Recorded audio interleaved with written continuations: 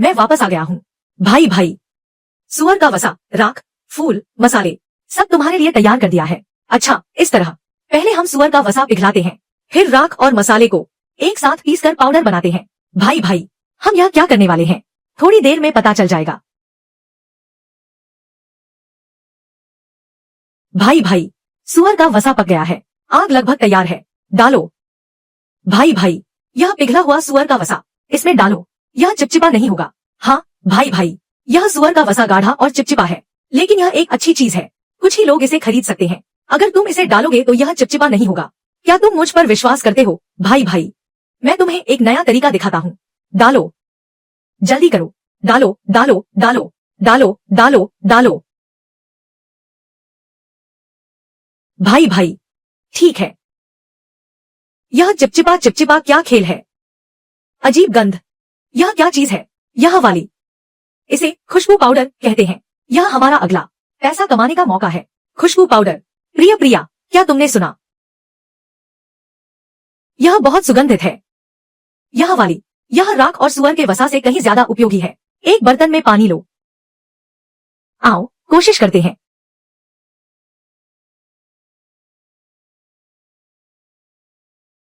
हम भी कोशिश करते हैं।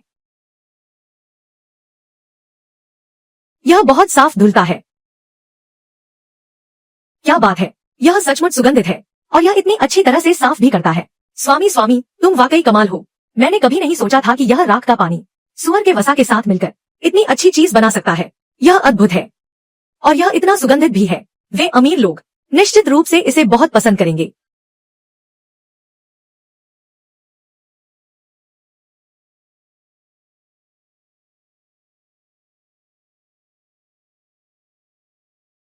बनाओ, है ना?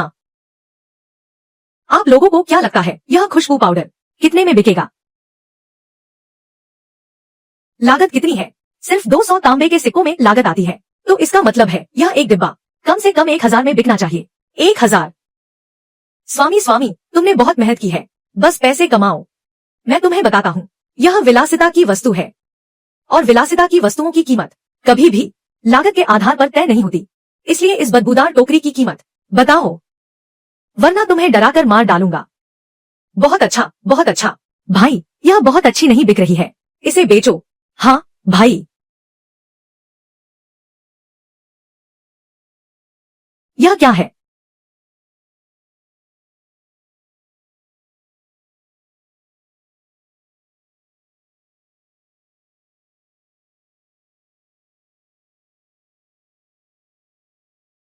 अपराध पिता, शाओवांग गांव के ये कीचड़ पैर वाले लोग हाल ही में बहुत सारी मछलियां बेच रहे हैं। हम कुछ पैसे नहीं कमा रहे, तो क्या यह घाटे का सौदा नहीं है? पूरे गांव के लोग एक दिन में कितनी मछलियां बेच सकते हैं? तुमने मुझे बताने के लिए दौड़कर आना भी बहुत जरूरी समझा। मैंने अपने भाइयों से जांच करवाई, वे हर दिन सबसे ज्यादा 500-600 कैटी लगभग 250-300 किलोग्राम मछलियां बेच सकते हैं। सबसे ज्यादा वे 30 युआन लगभग 150 रुपए कमा सकते हैं। तो एक महीने में 1000 युआन लगभग 5000 रुपए हो जाते हैं। हम सिर्फ 2 युआन लगभग 10 रुपए कमाते हैं। सिर्फ 2 युआन, तो हर महीने सिर्फ 200 युआन लगभग 1000 रुपए होते हैं। सच में? मुझे नहीं पता कि वे कौन सा रहस्य इस्तेमाल करते हैं। वे हर दिन इतनी मछलियां कैसे पकड़ लेते हैं? और उन्होंने क्या इस्तेमाल किया? एक खास तरीका मछलियों को बांधने के लिए। बांधने के लिए, जैसे यह। वे हर दिन जो बेचते हैं वो सब ताजी मछलियां होती हैं और कीमत भी ज्यादा होगी। मैंने नहीं सोचा था कि वांग युआन यह काम इतनी अच्छी तरह कर सकता है। हर महीने 1000 युआन। यह तेल और पानी बहुत ज्यादा है। अपराध पिता, आपको चिंता करने की जरूरत नहीं है। उस वांग परिवार के छोटे बच्चे अब पढ़ाई नहीं करता। उसके साथ सिर्फ 2 लोग हैं जो पकड़ सकते हैं। तब तक मैंने सब सोच लिया है। कुछ सरकारी सैनिकों को मैदान में घेरने के लिए बुलाओ और कुछ धनुर्धारियों की मदद लो। उन्हें चारों ओर से घेर लो। उनके पंख कट जाएंगे, उड़ नहीं पाएंगे। तब यह मत कहना कि 200 युआन, 400 युआन, 800 युआन। तब पूरा मोहल्ला हमारा होगा। क्या तुम मुझे काम करना सिखा रहे हो? मैं अपराध पिता से डरता नहीं। मुख्य बात यह है कि हाल ही में भाई लोग जो शिकायत कर रहे हैं, व्यापारी देखते हैं कि वे वांग गांव के लोग 2 युआन नहीं कमा रहे। अब पैसे देना भी फायदेमंद नहीं है। धीरे धीरे इस तरह भाई लोग सब चले गए और अभी भी मुझे काम करना सिखा रहे हो। मैं डरता नहीं, मैं डरता नहीं। तुम सोचते हो कि मैं डरता हूँ उस बच्चे से? मुझे उससे निपटना होगा। मेरे पास 99 तरीके हैं। बस यह है कि जब बड़े मालिक फू काउंटी आए थे, स्थिति स्पष्ट नहीं थी। घोड़े के मालिक ने मुझे हाल ही में कहा है कि कोई समस्या न खड़ी करूं, लेकिन यह दौलत दिल को लुभाने वाली है। तो उस बूढ़े आदमी का मतलब है, तुम लोग कुछ दिनों तक इंतजार करो, जब मैं घोड़े के मालिक को रिपोर्ट कर दूं और लोगों को व्यवस्थित कर दूं, तब तुम लोग कार्रवाई करना। ठीक है, ठीक है, मैं अभी जाता हूं। बहन, ओ बहन, दूसरे भाई, ओ बहन, सितारे, चांद की रोशनी आखिरकार तुम्हें वापस ले आया। भाई, तुम्हारी बहन तुम्हें इतना याद किया कि बीमार पड़ गई। बहन, अब तुम कैसी हो? अब कोई बड़ी बाधा नहीं है। क्या यह मुख्य रूप से तुम्हें याद करने के कारण नहीं है? वह छोटा लैन छोटी बहन को ले गया। पहले पत्नी से मिले। चलो हम साथ चलते हैं। बहन, तुम खुद आगे बढ़ो, मुझे उससे कुछ बात करनी है। तुम आगे बढ़ो, मैं उसके लिए मुश्किल में नहीं पड़ूंगी। आगे बढ़ो। तुम बदमाश, निकम्मे हो। मेरी बहन को गिरवी रखने के लिए लिख दिया, बेचने के लिए। तुम्हारे पास अभी भी चेहरा है। तुम्हारा चेहरा कहाँ से आया? वास्तव में मैं यहाँ। चुप रहो।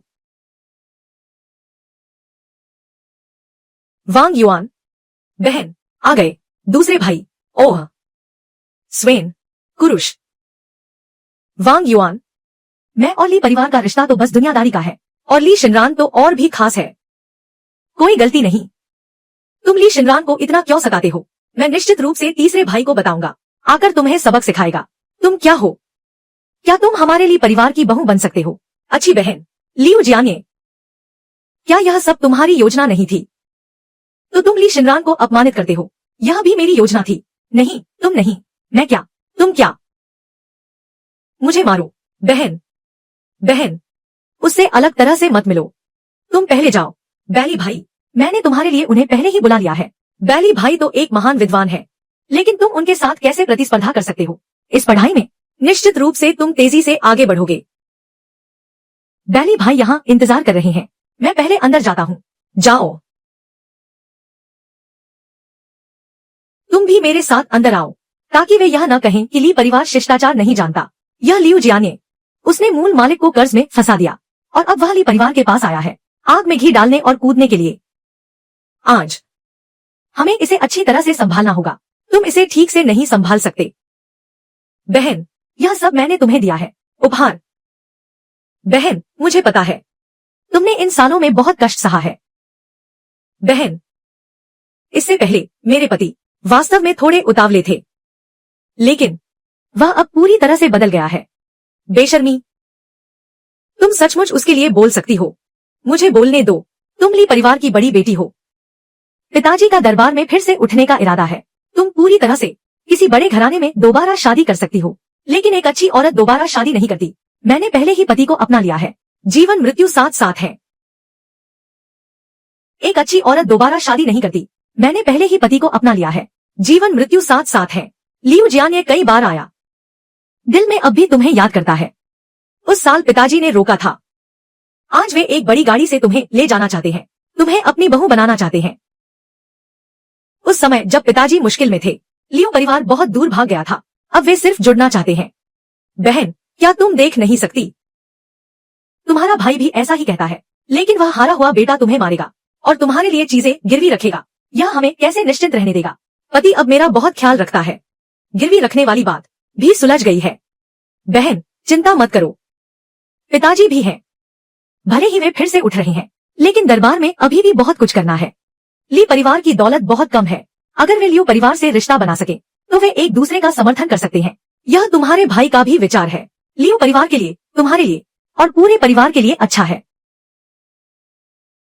पिताजी के लिए मैं मांस काटकर दवा बनाने का काम भी कर लूंगी, लेकिन लियो परिवार से शादी करना मैं मर भी जाऊं तो नहीं करूंगी। बहन, यह तुम्हारे पति हैं। उन्होंने तुम्हारे लिए चीजें तैयार की हैं। मैं भाई से मिलने जा रही हूँ। मैंने पहले ही कहा था कि यह सिर नहीं सुनेगा। ओह,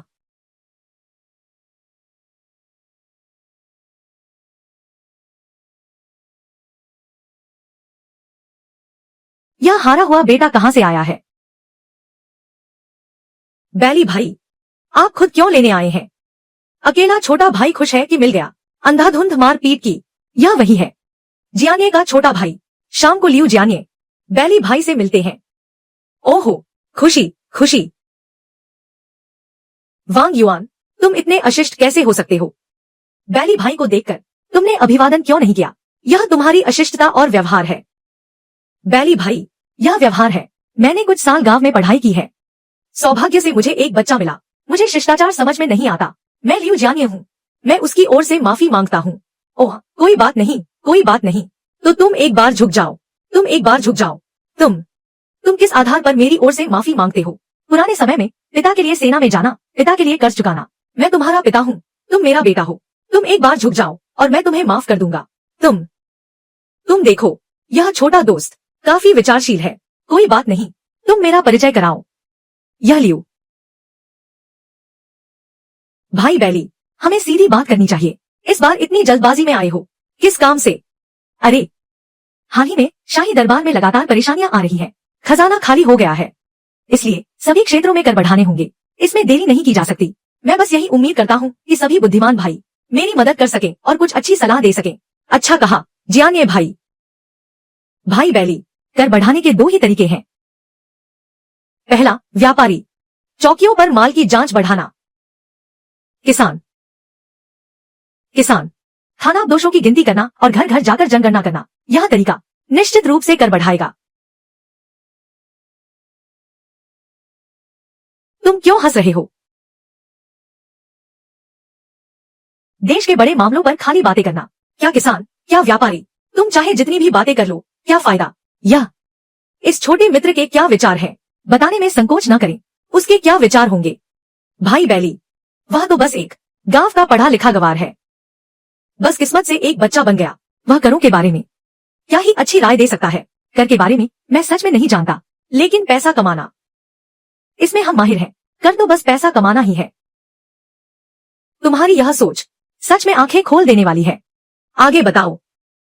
अरे, यह पैसा कमाना नाम से ही पता चलता है, यानी जिसके पास पैसा है हम उसी से लेंगे।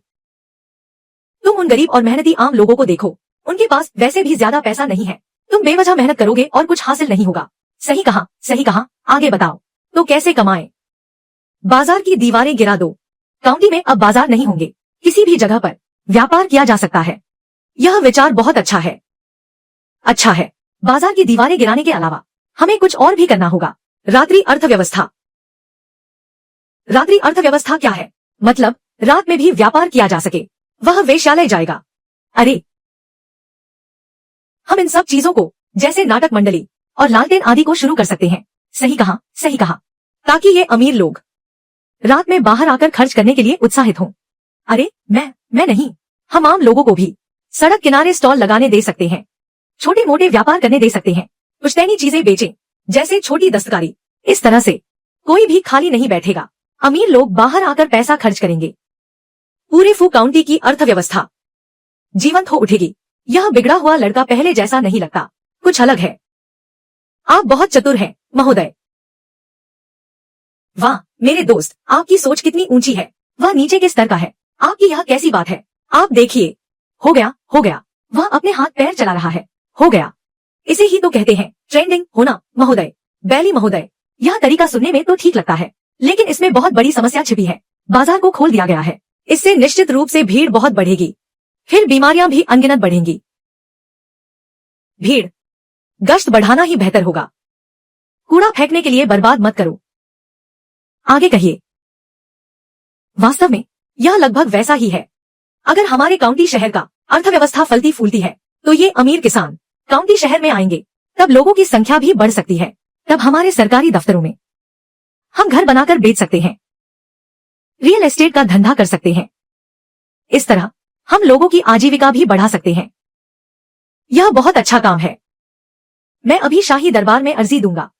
मेरे दोस्त की बातों को सब कुछ लिख दूंगा। बैली भाई, क्या यह अच्छा नहीं है? यह अच्छा नहीं है। बाजार प्रणाली शाही दरबार द्वारा स्थापित की गई है। कौन इसे रद्द करने की हिम्मत करेगा? बैली भाई का क्या मतलब है? हाँ, वह ऐसा नहीं कर सकता।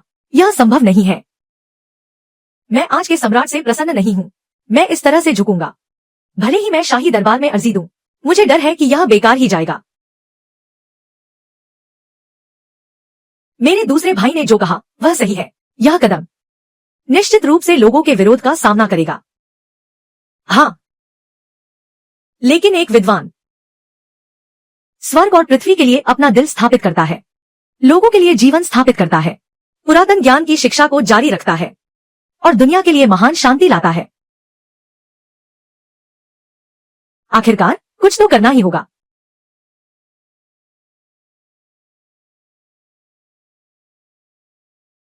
नहीं, यह ट्रेंड की बात आप ऐसी कैसे कह सकते हैं? यह सदियों पुरानी कहावत है महोदय। ये 4 पंक्तियां भले ही दुनिया में प्रसिद्ध हों, लेकिन इनका कोई श्रेय नहीं है। मैं अभी भी मंच पर नहीं चढ़ सकता, मैली परिवार की बहू नहीं बन सकता। बेटी, प्रिय पति, मैंने कभी नहीं सोचा था कि आप में इतनी गहरी सोच होगी। यह वास्तव में मुझे बहुत उत्साहित करता है। प्रिय पति, क्या मैं अभी आपसे बात करूं? हाँ, बस यह एक अच्छा विचार है। प्रिय पति, मेरे दिल में आप हमेशा सबसे अच्छे हैं। आप भी बहुत अच्छे लगते हैं। स्वर्ग और पृथ्वी के लिए अपना दिल स्थापित करता है, लोगों के लिए जीवन स्थापित करता है, पुरातन ज्ञान की शिक्षा को जारी रखता है और दुनिया के लिए महान शांति लाता है। बिना किसी पछतावे के मेरे भाई, इस महोदय का आपसे क्या संबंध है? वह अभी कहाँ रहता है? मैं उससे मिलने जाना चाहता हूँ। बैरी भाई, पहले इतनी जल्दी मत करो, थोड़ा गड़बड़ है। बीपिंग टाउन का श्याओवांग गांव, वांग युआन को ढूंढो। बीपिंग टाउन, वांग युआन।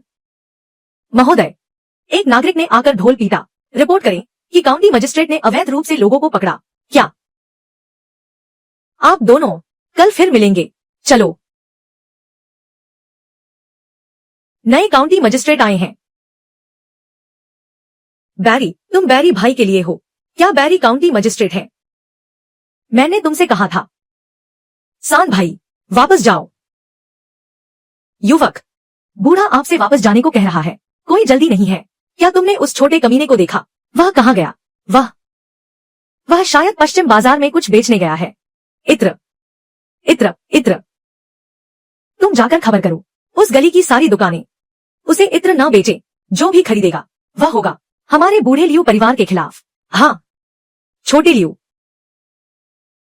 मेरे साथ झगड़ा करो। हे भगवान, जल्दी आकर देखो, खुशी खुशी हमारे लिए लाया है इत्र और मिश्री। यह सब वांग युआन ने बनाया है। इतना सारा पैसा, मैंने नहीं सोचा था कि वह बर्बाद बेटा सच में इतना काबिल है। यह सब आपकी पत्नी की नजर है। यह सब छोटी मोटी चीजें, यह लियू परिवार के 3 पीढ़ियों के नमक व्यापारियों के बराबर नहीं है। 3 पीढ़ियों से नमक व्यापारी।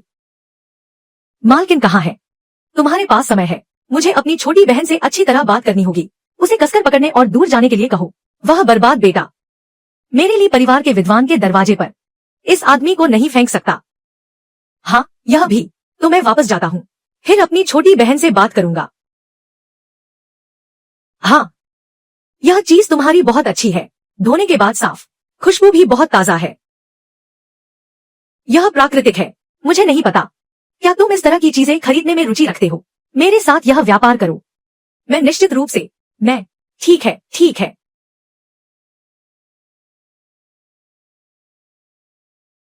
युवक वांग, आपका इत्र। छोटी दुकान अब नहीं खरीद सकती, क्षमा करें। क्या आप कारण बता सकते हैं? हाँ, यह वास्तव में अप्रत्याशित है। लियो परिवार के युवा मालिक ने बात की है, जो भी खरीदेगा वह उसके खिलाफ होगा। इसलिए कोई आश्चर्य नहीं कि आपने मुझे सूचित किया। चलो। स्वामी, स्वामी, हमने सारी दुकानें पूछ ली, कोई खरीदना नहीं चाहता। हमारा साबुन उस दुष्ट लियू खानदान ने हर जगह वांग युआन के खिलाफ खड़ा है। जल्द ही हम उन्हें खत्म कर देंगे। जाओ।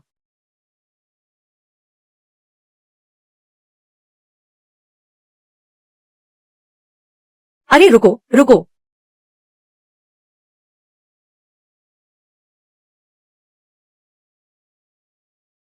यह मोहतरमा, माफ कीजिएगा, मैं आपको परेशान कर रहा हूँ। मैंने अभी अभी एक नया उत्पाद विकसित किया है। एक उत्पाद यह ऐसा है जो कर सकता है त्वचा को गोरा करे, पोषण दे, गंदगी हटाए और खुशबू बढ़ाए। आम साबुन से कहीं बेहतर। मोहतरमा, क्या आप इसे आजमाना चाहेंगी? मेरी मालकिन इसका इस्तेमाल नहीं करती। अज्ञात चीजों का दफा हो जाओ। रुको, आप पहले नीचे जाइए। जी।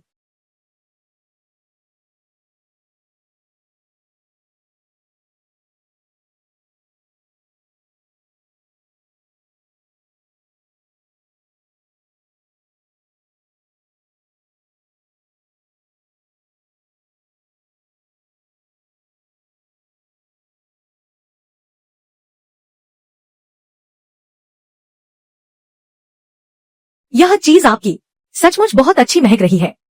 मुझे नहीं पता जनाब, एक कितने में बेचते हैं? 2 मोहर एक।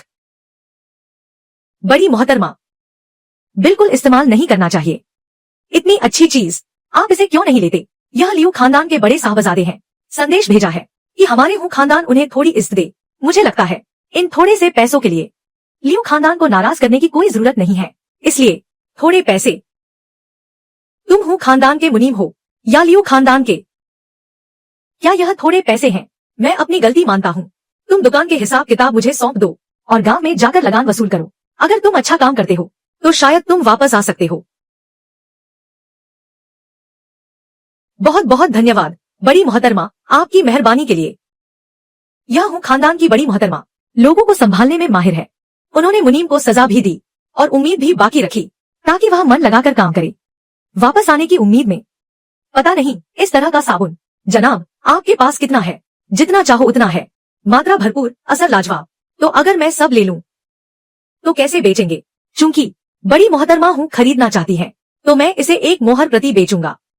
ठीक है, लेकिन मेरी एक शर्त है। इस तरह का साबुन पूरे चैंग प्रांत में जनाब सिर्फ मुझे ही बेचेंगे। बड़ी मोहतरमा हूँ, आप चाहती हैं मेरा प्रांत का प्रतिनिधि बनना? प्रांत का प्रतिनिधि? यह कहने का तरीका वाकई नया है। हाँ, मैं बस आपका प्रांत का प्रतिनिधि बनना चाहती हूँ। ठीक है, अगर बड़ी मोहतरमा हूँ मेरे साबुन को 3 महीने के अंदर चेंग प्रांत और उसके नीचे के हर जिले में बेच सकें तो यह प्रांत का प्रतिनिधि स्वाभाविक रूप से मोहतरमा का होगा। ठीक है, यह बयाना है। 1 महीने बाद छोटी लड़की हूँ हवेली में है। युवा स्वामी का स्वागत है।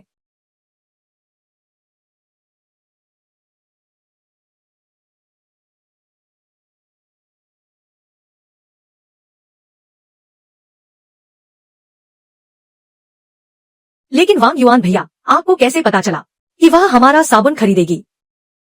मैंने देखा कि उसके कपड़े साधारण नहीं थे और उसने एक घूंघट पहना हुआ था और मैंने पहले ही सुना था कि हूँ परिवार की यह बड़ी बेटी गंध के प्रति बहुत संवेदनशील है, इसलिए मैंने बस एक कोशिश की।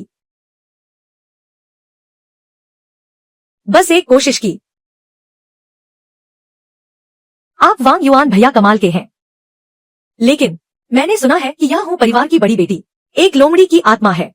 मुझे पता है, क्या हमें सच में उसके साथ सहयोग करना चाहिए? लोमड़ी की आत्मा क्या होती है?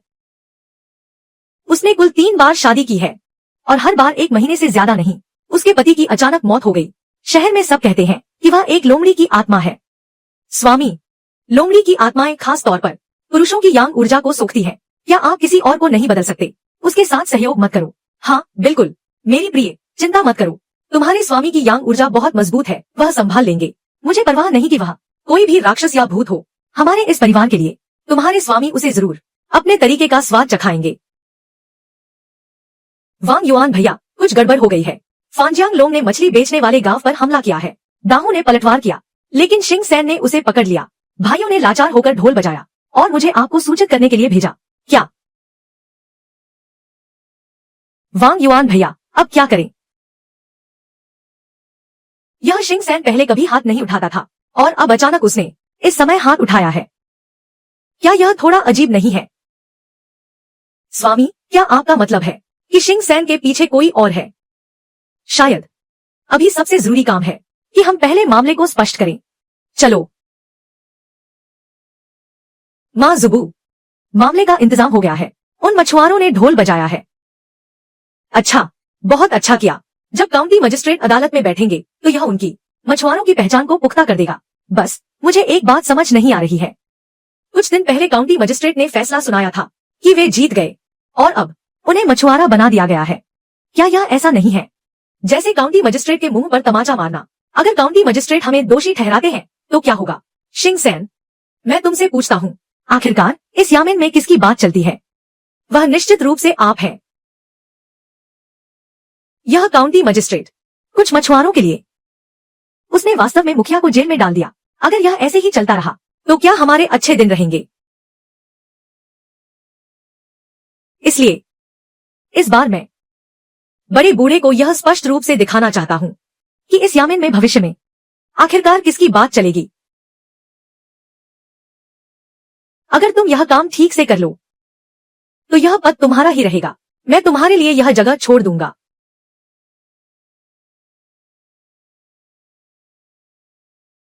बहुत बहुत धन्यवाद महाशय। महाशय, आपको मेरे लिए कुछ तो करना ही होगा। न्यायालय में कौन है? क्या मामला है? महाशय, उत्तरी शांति गांव के छोटे वांग गांव के लोग। मामला है झेंगसेन का, जो पकड़ने का काम करता है, और नदी में मछली पकड़ने वाला लोंग। वे लोगों को सताते हैं और बाजार पर कब्जा करते हैं। कृपया महाशय मामले की जांच करें। उत्तरी शांति गांव, छोटा वांग गांव। तो आप उनके रिश्तेदार हैं। कोई आश्चर्य नहीं कि आप इतने बहादुर हैं। पिछली बार आपने गांव के मुखिया की शिकायत की थी और अब आप पकड़ने वाले की शिकायत कर रहे हैं। पहले तो आप हाथ उठाने की हिम्मत भी नहीं करते थे। जरूर आपने कोई अच्छी योजना बनाई होगी। आप चाहते हैं कि मैं सबके सामने अपमानित हूँ और मेरी शक्ति छीन ली जाए। झेंगसेन, तुम कुछ कहना चाहते हो? महाशय, मैं तो बस एक मछुआरा हूँ। मैं कई सालों से नदी में मछली पकड़ता रहा हूँ और हमेशा ईमानदारी से काम किया है। मैंने कभी किसी व्यापारी को परेशान नहीं किया, 1 इंच भी नहीं। कृपया महाशय मेरे व्यापार के बारे में पूछें। मैं आपको सब कुछ सच सच बता दूंगा। महाशय, मैं दिखने में सीधा साधा हूँ, लेकिन मुझमें कोई बुराई नहीं है। यह स्पष्ट है कि यह व्यक्ति बहुत मजबूत है। वह मुझे हर दिन सताता है। देखो मेरे शरीर पर ये निशान। अगर झेंगसेन ने मुझे नहीं बचाया होता तो शायद मैं मर गया होता। कृपया महाशय मुझे निर्दोष साबित करें। तुम क्या कह रहे हो? वह स्पष्ट रूप से मछली का सरगना है। वह तुम्हारा पिछला दरवाजा है। बस बहुत हुआ। डरो मत। मैं किसी अच्छे इंसान को फंसाऊंगा नहीं और न ही किसी बुरे इंसान को छोड़ूंगा। महाशय, आप बहुत बहादुर हैं। मैंने सुना है तुम्हारा एक उपनाम है जिसे रिवर ड्रैगन कहते हैं। हम सब सड़क के भाई हैं, एक दूसरे का सम्मान करते हैं। बड़ी हिम्मत की बात है तुम ड्रैगन कहने की हिम्मत करते हो। ड्रैगन तो स्वर्ग का पुत्र होता है और तुम जैसे छोटे मोटे लोग खुद को ड्रैगन कहते हो। यह तो बहुत ही बुरा और घृणित है। आने वाले मेरे लिए 40 बड़े तख्ते लाओ। महाशय, महाशय कृपया मुझे बचा लें। महाशय, महाशय यह सब उन्होंने ही शुरू किया है। महाशय कृपया मुझे बचा लें। महाशय, महाशय, महाशय बचा लीजिए। झेंगसेन, बचाओ बचाओ, मैं मरना नहीं चाहता। अपना मुंह बंद रखो। बेवजह चिल्लाने का अंजाम भुगतना पड़ता है। भले ही तुम्हें सच में मार दिया जाए तो भी तुम्हारे परिवार वाले तुम्हारा अंतिम संस्कार कर देंगे। वाह, क्या बहादुर अधिकारी है। पलक झपकते ही झेंगसेन को पकड़ लिया और उस पर गंभीर अपराध का आरोप लगा दिया।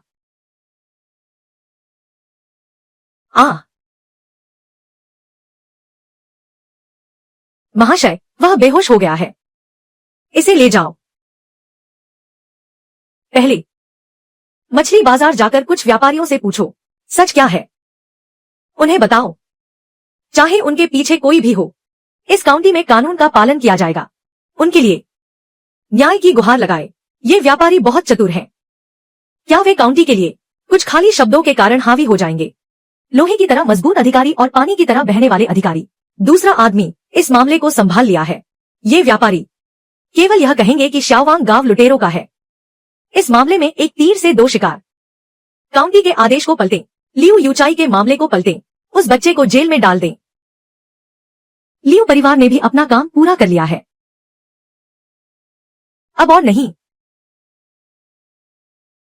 वांग भाई, मैं उन्हें ले आया हूं।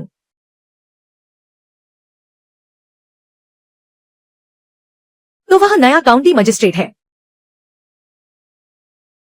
आम आदमी वांग युआन काउंटी मजिस्ट्रेट महोदय को देखा है। ये व्यापारी गवाही दे सकते हैं। बाजार में दबंगई करने वाले वही है जो रिवर ड्रैगन है। और उसके पीछे का शिंग सैन। काउंटी के बुजुर्ग, मैं गवाही देता हूँ, फिश किंग वही रिवर ड्रैगन है। शिंग सैन उसका बैकग्राउंड है। शिंग सैन हमें धमकाता है। हमें शाओवांग गाव को फंसाना नहीं चाहिए। वह चाहता है कि हम उसे अच्छी तरह से देखें। महोदय, भगवान, वह यह भी कहता है कि वह अदालत के ऊपर है। अगर हम उसे उकसाने की हिम्मत करते हैं, हमारे पास अपने महान व्यक्ति होंगे जो उनकी मदद करेंगे। मेरा मुंह बंद रखो और इधर उधर की बातें मत करो। यह वांग युआन बहुत बड़ा है। वह व्यापारियों को प्रभावित कर सकता है। लगता है मैंने उसे कम समझा। महोदय, भगवान बचाए। ये सब बातें उसके द्वारा की गई हैं। तुम, शिंग सैन, एक जल्लाद के रूप में, तुम वास्तव में सहयोग कर रहे हो। स्थानीय भ्रष्ट अधिकारियों के साथ व्यापारियों को लूटना और आम लोगों पर अत्याचार करना, यह वास्तव में अक्षम्य पाप है। काउंटी मजिस्ट्रेट महोदय, मैं विनम्रतापूर्वक आपसे शिंग सैन को घर से निकालने का अनुरोध करता हूँ। उसके अपराधों को मिटा दे। मैं विनम्रतापूर्वक अनुरोध करता हूँ, शिंग सैन को घर से निकालें और उसके अपराधों को मिटा दें। यह कोई आश्चर्य की बात नहीं है, गुरु, कि वह व्यापारियों को प्रभावित कर सकता है और गवाही दे सकता है। मेरे लिए उसका एक हाथ काट दो। ठीक है, जैसा कि मास्टर माँ कहता है। शिंग सैन को उसके पद से हटा दिया जाएगा और उसके अपराधों को मिटा दिया जाएगा। शाओवांग गांव के सभी ग्रामीण निर्दोष हैं। उन्हें तुरंत रिहा करो। बहुत बहुत धन्यवाद, महोदय। वांग भाई।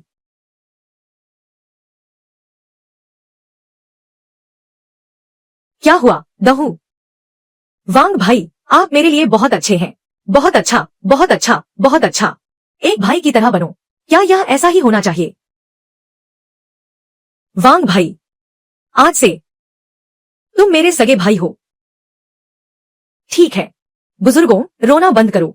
आगे से मत रोना। क्या हमने शुरू में अच्छी तरह से बात नहीं की थी? खुशी साझा करें, मुसीबतें साझा करें। हाँ हाँ हाँ।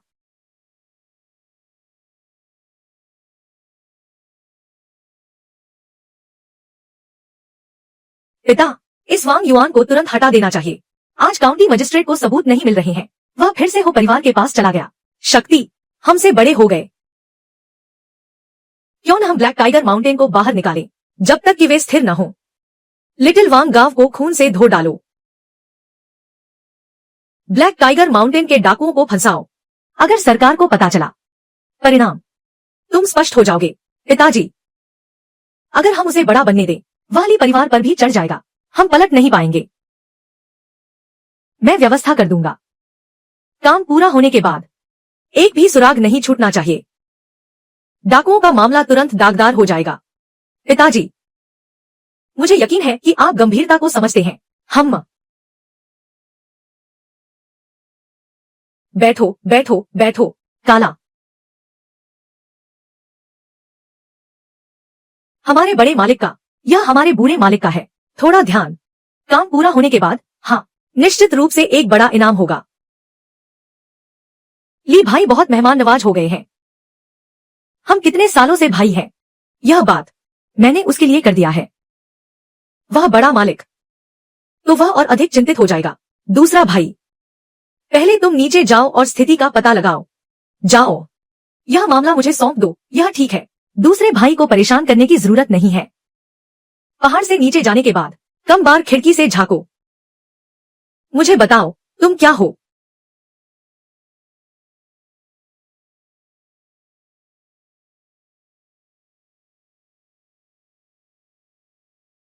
तीसरा भाई, गो भाई और बहन, तुम भी लिटिल वांग गांव में लात मारने आए हो। मैं बस उस अमीर बच्चे को चुराना चाहता हूँ। ब्लैक टाइगर माउंटेन ने पहले ही वांग भाई को निशाना बना लिया है। एक तरीका सोचो।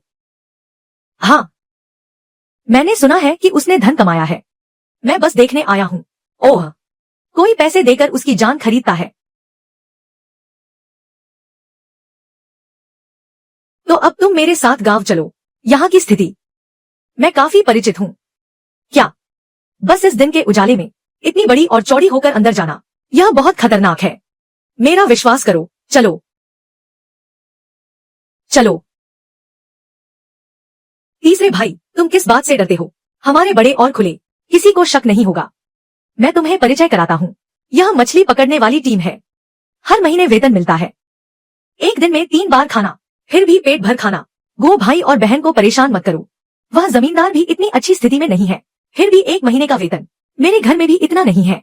ठीक उसी समय कैंटीन में खाना तैयार हो गया। मैं तुम्हें खाना खिलाने ले चलता हूँ। छोटे भाई, यहाँ मेरे कुछ परिचित लोग हैं, तुम देखोगे तो जान जाओगे। चलो। सच या झूठ? हे भगवान, मैं सपना नहीं देख रहा हूँ।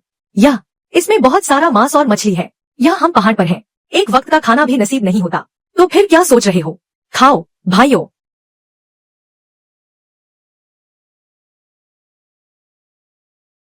तुम क्यों नहीं खा रहे हो? मैंने खा लिया है।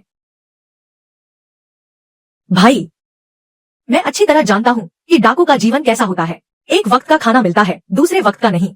एक वक्त का खाना मिलता है, दूसरे वक्त का नहीं। अगर मेरी मानो तो यहीं रुक जाओ। यहाँ हर वक्त पेट भर खाना मिलता है और मजदूरी भी मिलती है।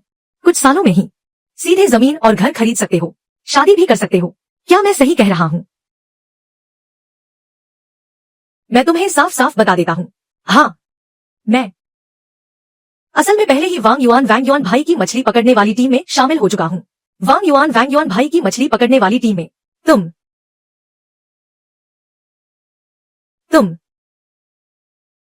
चिंता मत करो शिंग सैन जिंग सैन भाई। अगर मैं तुम्हें पकड़ना चाहता तो बहुत पहले ही कर लेता। अब तक क्यों इंतजार करता?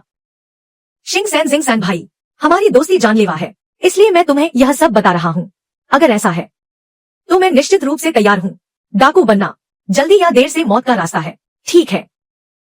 शिंग सैन जिंग सैन भाई, जब तुम सोच लो तो मैं तुम्हें वांग युआन भाई से मिलवा दूंगा।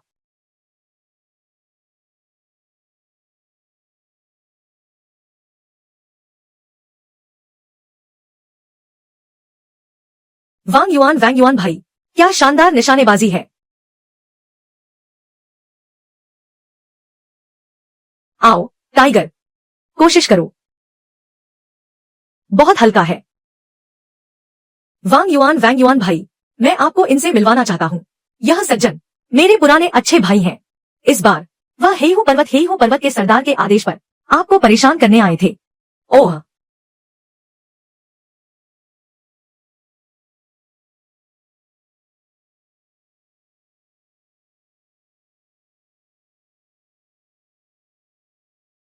वांग वैंग युवा स्वामी, आप चिंता न करें। मैं गो चांग गो कैंग भाई के समझाने पर सुधर गया हूँ। मैं बस इतना चाहता हूँ कि मुझे खाने को मिल जाए। कोई बात नहीं, चूंकि आप ईमानदारी से हमारे साथ जुड़ने आए हैं तो हम निश्चित रूप से आपकी मदद करेंगे। बस यह नहीं पता कि कौन मेरी जान खरीदने के लिए पैसे खर्च करना चाहता है। लोगों से सुना है कि वह लियू लियू उपनाम का है। फिर से लियू लियू परिवार, उन्होंने हेहू पर्वत के लोगों को बुलाने की हिम्मत कैसे की? तो ऐसा है, लगता है कि वह सच में हमसे मुकाबला करना चाहता है। दिलचस्प है। हेहू पर्वत के लोग क्रूर होते हैं। अगर इस बार सफल नहीं हुए तो वे निश्चित रूप से फिर से किसी को भेजेंगे। वांग युआन भाई, क्या हम काउंटी शहर में छिपने के लिए जाएं? जो भाग्य में नहीं है वह नहीं मिलेगा, जो भाग्य में है उससे बच नहीं सकते। हम कहीं नहीं जाएंगे। यह भाई इतना बड़ा जोखिम उठाकर हमारी मदद करने आया है। हेहू पर्वत में वह वापस नहीं जा पाएगा, है ना? ऐसा है तो तुम अब से काउंटी शहर में ही रहोगे। यहाँ कुछ खरीदने के लिए वापस आने पर मैं तुम्हें एक और सिखाऊंगा, मछली की गोलियां बनाने की कला। तुम बस यहाँ कुछ खरीद फरोख्त कर रहे हो, शादी कर लो, बच्चे पैदा कर लो। आओ, यह 100 है, पहले तुम ले लो। यह ले लो। धन्यवाद युवा स्वामी, तुम्हारी क्या पुकार है? मैं जान की बाजी लगाकर भी कर दूंगा।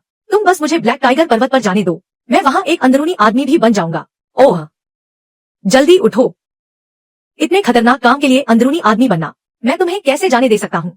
तुम्हें बस मेरी थोड़ी मदद करनी है। युवा स्वामी, तुम जो भी पुकारो।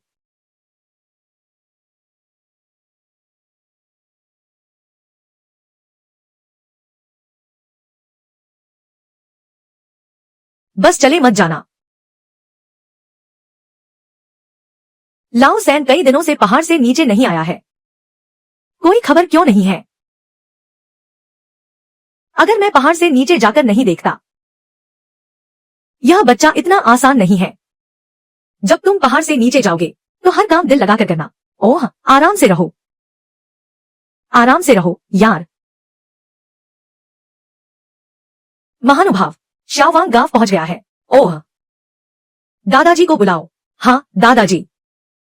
क्या तुम्हें महसूस नहीं होता शाओवांग गांव के ग्रामीण और दूसरी जगहों के लोग इतने एक जैसे नहीं हैं? उनमें अधिक महत्वाकांक्षा है, मैंने सुना है शाओवांग गांव में मछली पकड़ने वाली टीम है, जिसका वेतन 1 महीने का 3 बार का भोजन है।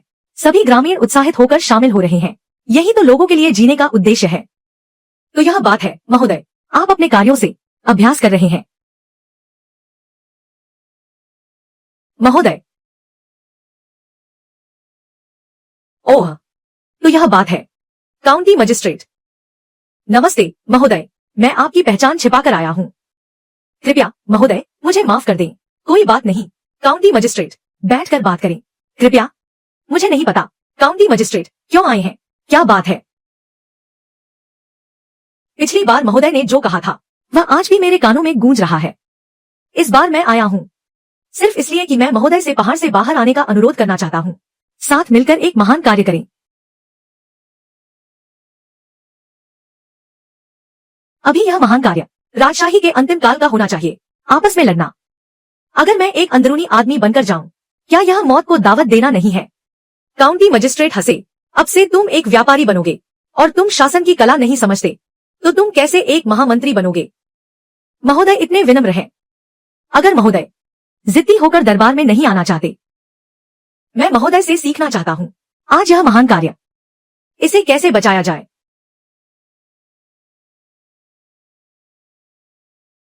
महोदय, लाखों लोगों के लिए। कृपया महोदय मुझे सिखाने से मना न करें। काउंटी मजिस्ट्रेट, यह संभव नहीं है। सचमुच यह देश का बड़ा मामला है। मैं एक व्यापारी के तौर पर कुछ नहीं समझता। यह ऐसा है, मैं बस यूं ही कह देता हूं। आप बस यूं ही सुन लीजिए, मेरे मुंह से आपके कानों तक। शाओवांग गांव से निकलने के बाद मैं अब और नहीं कर सकता। ठीक है काउंटी मजिस्ट्रेट महोदय, आप क्या सोचते हैं कि यह बड़ा मामला, सबसे बड़ी बीमारी क्या है? यह बड़ा मामला 200 से ज्यादा सालों से विकसित हो रहा है। भूमि का एकीकरण गंभीर है। यह जमीन सब कुछ इन अमीरों और व्यापारियों के हाथों में केंद्रित है और वे कर भी नहीं देते। आम लोग, खेती के लिए जमीन नहीं है, फिर भी उन्हें कर चुकाना पड़ता है। आगे चलकर राजकोष खाली है, आम लोग दुखी हैं चारों ओर, और वे हमारे बड़े मामले को तुच्छ समझते हैं। यह सचमुच अंदर से दुखी, बाहर से बीमार है महोदय। इसलिए यह सबसे बड़ी बीमारी पैसा कमाना है। पैसा कमाना, हाँ, कैसे कमाना है? जुआ खेलना और जुआ खेलना, साक्षरता और अनाज का भुगतान। बस अगर यह हो सके तो यह बड़ा मामला 100 साल तक चल सकता है। जुआ खेलना और जुआ खेलना, यह बहुत चतुर है महोदय। धन्यवाद महोदय सिखाने के लिए। लेकिन अगर कोई सचमुच ऐसा करने की हिम्मत करता है तो वह दुनिया का सबसे बड़ा बेवकूफ होगा जो सम्राट द्वारा निर्देशित हो। महोदय, अगर आप बड़े मामले को बचा सकते हैं तो सम्राट द्वारा निर्देशित होने में क्या आपत्ति है? महोदय, बहुत बढ़िया। धन्यवाद महोदय। मैं आपको बताता हूँ, जब मैं बड़ा भाई था, मेरे साथ चलने वाले लोगों की गिनती नहीं थी। क्या आप जानते हैं क्यों? मांस था, सब्जियां थी, मुख्य भोजन था। यह अच्छा लग रहा था। सब्जियां थी, मुख्य भोजन था, दिन अच्छे गुजर रहे थे। मैं तुम्हें बताता हूँ, तुम लोग मुझे फॉलो करोगे। इस बच्चे में कुछ खास है। मेरी बात सुनो, इस बच्चे में कुछ खास है। हु मेंगेंग। सब मुझे अपना असली नाम बताते हैं। दूसरा भाई, आओ, तुम क्या जवाब दे रहे हो? दूसरा भाई, तुम भी उस हारने वाले बच्चे के लिए हो क्या? मैं अभी भी हारने वाला बच्चे? क्या तुम उस हारने वाले बच्चे पर निर्भर हो गए हो? तुम क्या खेल रहे हो? वापस जाओ और मेरे बड़े को रिपोर्ट करो। नहीं भाई, पहाड़ के नीचे हत्यारा, तुम भी नहीं भाग पाओगे और लोग तुम्हें उस छोटे से जंगल में बुलाना चाहते हैं, गांव के पीछे, तुम्हारे साथ 2 बातें करने के लिए। तीसरा भाई मुझे पकड़ना चाहता है। मैं तुम्हें बताता हूँ, मेरी यह मुट्ठी। दूसरा भाई, लोग तुम्हें पकड़ना चाहते हैं। क्यों? स्पष्ट रूप से बताना, सही है या नहीं? मैं सचमुच तुमसे बात करना चाहता हूँ और मैं तुमसे कहूंगा, मैं यहाँ इतना भर गया हूँ। बहुत स्वादिष्ट है। देखो तुम कितने पतले हो गए हो। तुम इतने पतले कैसे हो गए हो? तुम्हारे मुट्ठे भी छोटे हो गए हैं। साथ ले जाओ, मैं देखता हूँ कि वह मुझे कैसे संभालता है। मुझे विश्वास है कि मैं चला जाऊंगा। युआन शाओ, हम, मेरे दूसरे भाई, ब्लैक टाइगर माउंटेन का दूसरा मालिक, पहाड़ी बाघ के नाम से जाना जाता है। देखो देखो देखो, तुम्हें एक बाघ की तरह बना दिया है। हम, तुम ही वांग युआन हो, है ना? देखने में तो ऐसा ही लगता है। कुछ काम भी है। तुम पहले नीचे जाओ, मैं तुम्हारे साथ दूसरा मालिक बनूंगा। दो बातें करते हैं। तुम मेरा इंतजार करो, मैं तुम्हें नहीं लूंगा। अगर तुम मुझे ढूंढना चाहते हो तो क्या कहना चाहते हो? दूसरा मालिक देखते ही पता चल जाता है। भौं है तलवार जैसी, हड्डियां साफ और सुंदर, ऊर्जावान और जीवंत। चलते रहो, गंभीर बात करो। दूसरे मालिक से पूछने की हिम्मत कैसे हुई? तुम लोग पहाड़ के डाकू हो या पैसे के लिए है ना? बकवास। क्या हम कोई और तरीका आजमाते हैं। ओह, तुम एक विद्वान हो। मुझे पहाड़ का डाकू बनना सिखाओ। तुम लोग घर पर हमला करते हो और लूटते हो। कितना खतरनाक है ना? नहीं, हम टोल सड़क कर वसूलने का तरीका अपनाते हैं। क्या है टोल? देखो, जब तक व्यापारी दल हो, जब वे तुम्हारे इलाके से गुजरें, तुम उनसे 100 तांबे के सिक्के लोगे और व्यापारी दलों की सुरक्षा सुनिश्चित करोगे। 100 तांबे के सिक्के, क्या यह काफी है? यह एक बहुत ही व्यावहारिक तरीका है और फिर हम रास्ते में दुकानें खोल सकते हैं। यह धन स्वाभाविक रूप से आएगा और आम लोग तुमसे डरेंगे नहीं, बल्कि तुम्हें पुकारेंगे। अच्छा, हाँ। यह दूसरा मालिक, चेहरे से ही गंभीरता और कर्तव्यनिष्ठा झलकती है। तब तुम्हारे पास कुछ काम होगा। आम लोग भी तुम्हारी मदद करेंगे। जब न्याय हो तो सरकारी दफ्तरों के बारे में क्या तुम सोचते हो? आम लोग तुम्हारी मदद करेंगे। तब तुम एक निश्चित अवधि में सरकार को कुछ सोना दोगे। ओह, आप बहुत दूरदर्शी हैं। मेरी बात सुनो, 10 साल तक डाकू बनना बेहतर है। तुम इंतजार कर रहे हो, मैं जाकर अपने बड़े भाई को मनाता हूँ। मेरा इंतजार करो। ओह, खर्च आ रहा है। रास्ते का खर्च, रास्ते का खर्च, रास्ते का खर्च, रास्ते का खर्च, रास्ते का खर्च। 3 अक्षर रास्ते का खर्च। स्वामी, क्या तुम सचमुच काउंटी शहर नहीं जा रहे हो? ब्लैक टाइगर माउंटेन कोई आम जगह नहीं है। यह कोई साधारण डाकू नहीं है। तुम कहो, हम तो अभी बस शुरुआत कर रहे हैं। मैं कैसे जा सकता हूँ? लेकिन अगर तुम डर रही हो तो मैं किसी को भेज सकता हूँ तुम्हें काउंटी शहर वापस ले जाने के लिए। मेरी प्यारी, पहले थोड़ा पीछे हट जाओ। मुझे नहीं चाहिए। अगर तुम नहीं जाओगी तो मैं भी नहीं जाऊंगा।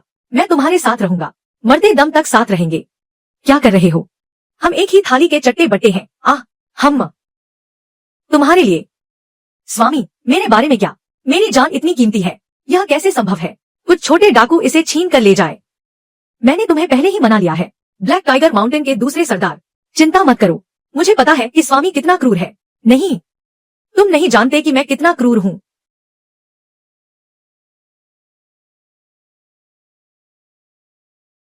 दूसरा भाई, तुम उस छोटे से कीड़े से कैसे बह गए?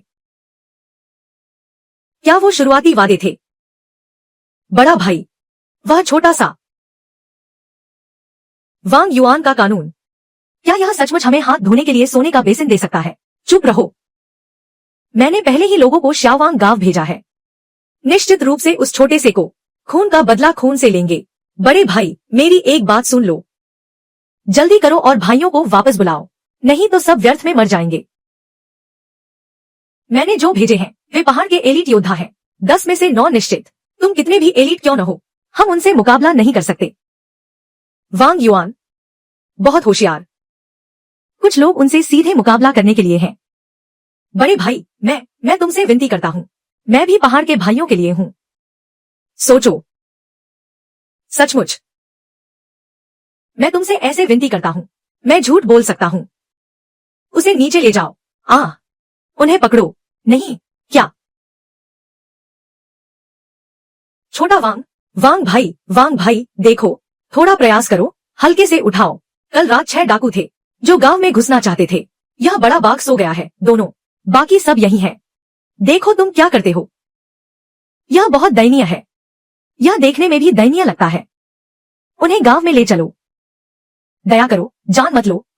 हम ठीक है, चलो।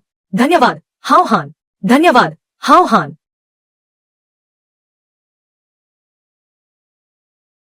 इस तरह से देखकर यह दूसरा परिवार को समझाने की योजना शायद विफल हो गई है। तो फिर हम हेहू पर्वत पर हमला करेंगे और उन्हें पूरी तरह से मिटा देंगे। पिछली बार तुमने वह क्या कहा था, वह स्टील क्या हुआ? अगर हम सिर्फ लकड़ी के डंडों से प्रशिक्षण लेंगे तो हेहू पर्वत में घुसना बहुत मुश्किल होगा। मैंने भी नहीं सोचा था कि प्राचीन तरीकों से स्टील बनाना इतना मुश्किल होगा। चिंता मत करो हानशान भैया, मैं कोई रास्ता निकालता हूँ। यह हेहू पर्वत पहले ही 10 से अधिक लोगों को खो चुका है। अगर हम गो चांग को भी जोड़ लें तो शायद हम उन्हें चतुराई से हरा सकते हैं। ठीक है, तो मैं तैयारी करने जाता हूँ। रुको, तुम लोगों ने हेहू पर्वत के लोगों को क्यों पकड़ा? अगर तुम ऐसे ही करते रहे तो पूरे गांव को मौत के घाट उतार दोगे। कुलपति महोदय, आपकी क्या राय है? तुम काउंटी शहर में छिप जाओ, गांव को मेरे हवाले कर दो। तुम अवसर का लाभ उठाकर सत्ता हथियाना चाहते हो, है ना? बेशर्म। मैं कुलपति हूँ तो फिर कुलपति महोदय को परेशान करने की कोई जरूरत नहीं है। चलो चलो, ठीक है, रास्ता दो। हम डाकू मारने आ रहे हैं, तुम्हें बाद में पछतावा होगा। जब तुम मर जाओगे तो गांव मेरा होगा। भैया, तुमने मुझे गलत समझा। अरे कहां कहां, अंदर आओ, जल्दी नहीं है। भैया, मैं आज यहां आया हूं क्योंकि डिंगलोंग ताई कविता सभा के लिए। मैंने सुना है कि भैया का हाइटियन भैया से पुराना झगड़ा है। मैं विशेष रूप से एक सिफारिश पत्र मांगने आया हूँ। सिफारिश पत्र? मुझे डर है कि तुम वांग युआन के लिए पत्र मांग रहे हो, है ना? वांग युआन?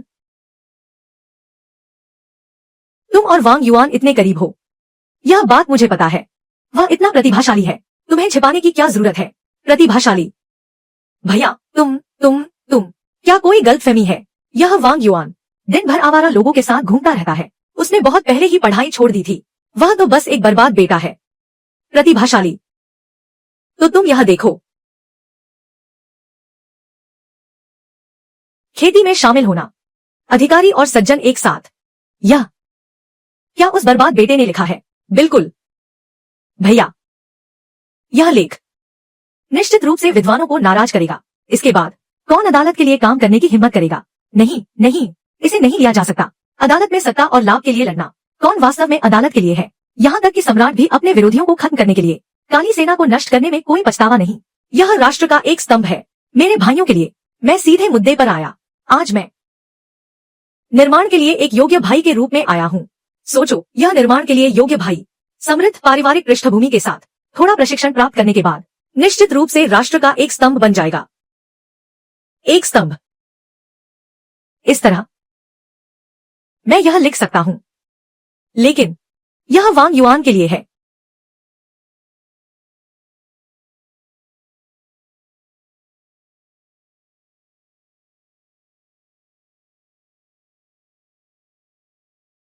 यह लगातार 50 कदम आगे बढ़ सकता है। यह वास्तव में एक दिव्य हथियार है। युआन भाई, तुम ऐसा बना सकते हो, इस तरह का दिव्य हथियार। यह झुकी क्रॉसबो कहलाता है। अगर उस समय काली सेना के पास यह क्रॉसबो होता। मैंने इसे प्राचीन ग्रंथों से सीखा है। यह मेरे पास है। हम काली बाघ पहाड़ को तबाह कर देंगे। यह बहुत आसान हो जाएगा।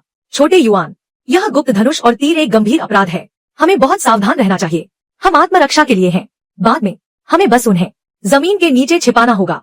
ठीक है, बाघ का बच्चा गो चांग, कुछ इकट्ठा करो। आज हम काली बाघ पहाड़ को तबाह करने वाले हैं।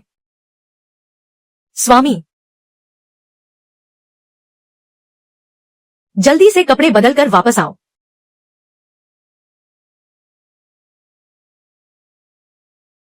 स्वामी, क्या तुम निश्चित रूप से काली बाघ के ठिकाने पर हमला करने जा रहे हो? ये पहाड़ी डाकू हमें नहीं छोड़ेंगे। अगर हम इंतजार करते हैं, जब वे ठीक हो जाएंगे तो हमारे गांव वाले मारे जाएंगे। हम भाग सकते हैं, लेकिन हमारे गांव वाले क्या करेंगे? मैंने तुम्हें पहले ही तुम्हारी बात सुनने के लिए कहा है।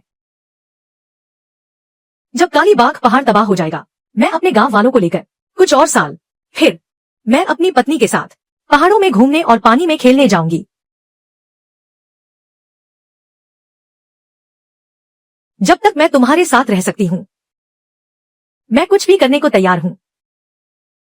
छोटा युआन, सब कुछ तैयार है, हम निकल सकते हैं। स्वामी, तुम निश्चित रूप से सुरक्षित वापस आना। पत्नी, चिंता मत करो। स्वामी, तुम निश्चित रूप से सुरक्षित वापस आना। मैं घर पर तुम्हारा इंतजार करूंगी। चिंता मत करो, जाओ।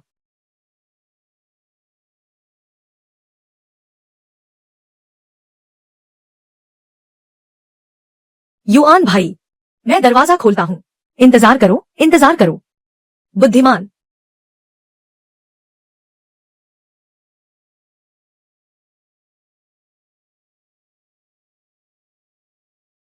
जाओ। कौन है? दरवाजा खोलो। 3, आप वापस आ गए हैं। कृपया कृपया। यह सही नहीं है, तुम नहीं हो। बदल गया क्या? इतनी जल्दी खबर? कौन है? जल्दी, मैं मारूंगा। बाहर आओ।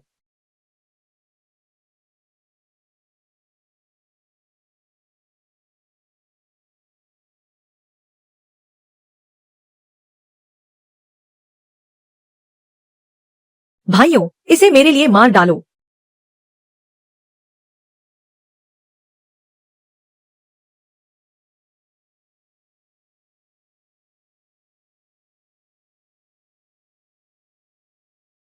बहुत खतरनाक है। आ, बड़े भाई, बाहर बहुत सारे लोग आ गए हैं, हथियार पकड़े हुए। मैंने कभी नहीं देखा। ये भाई लोग लगभग मरने वाले थे। क्या डर है? बड़ी बात नहीं, उनसे लड़ो। बड़े भाई, जल्दी भागो। सच में, सोचा नहीं था। एक बर्बाद बेटा मेरे ब्लैक टाइगर फोर्ट को तोड़ सकता है। वह है। हाँ, बुद्धिमान। ब्लैक हार्ट टाइगर, आत्मसमर्पण कर दो। मुझे पकड़ना चाहते हो? तुम अभी भी थोड़े नखरे कर रहे हो।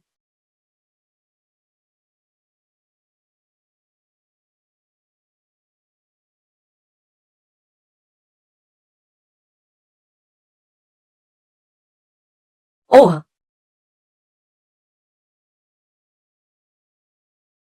100 लड़ाइयों का मुक्काबाजी का तरीका। आखिर तुम कौन हो? ओल 70, तुम इस ब्लैक आर्मर को नहीं पहन सकते। बड़े भाई, बड़े भाई, उठो। फुमाई ने हमें घर की रक्षा करने और देश की सेवा करने के लिए प्रेरित किया, लेकिन दुर्भाग्य से वंश नष्ट हो गया। मैं अब नहीं रहा, वह ओल 70 नहीं रहा। दरबार वफादार नहीं है, लेकिन आम लोगों का कोई दोष नहीं है। तुम गांव को नुकसान क्यों पहुंचाना चाहते हो? मैं केवल लोगों को मारूंगा, कोई पछतावा नहीं। गिरते हुए पत्ते। अगर मैं गिरता हूं तो मैं बड़ा भाई हूं। तुम दरबार के लिए अपनी जान क्यों बेच रहे हो? मैं कई सालों से छिपा हुआ किसान हूं, आज हाथ उठाया है सिर्फ इसलिए कि तुम मेरे भाइयों को चोट पहुंचाना चाहते हो। मेरे भाई वांग युआन, क्या मैं थोड़ा बड़े भाई के भाइयों को चोट पहुंचाई? ओल 70, आखिर लियो परिवार का तुम्हारे साथ क्या लेना देना है? उन्होंने हमें पैसा और अनाज दिया, मैंने उनके लिए बदला लिया। वांग युआन को फंसाना, बुराई खरीदो और लोगों को मारो, यह सब उन्होंने लियो परिवार ने करवाया।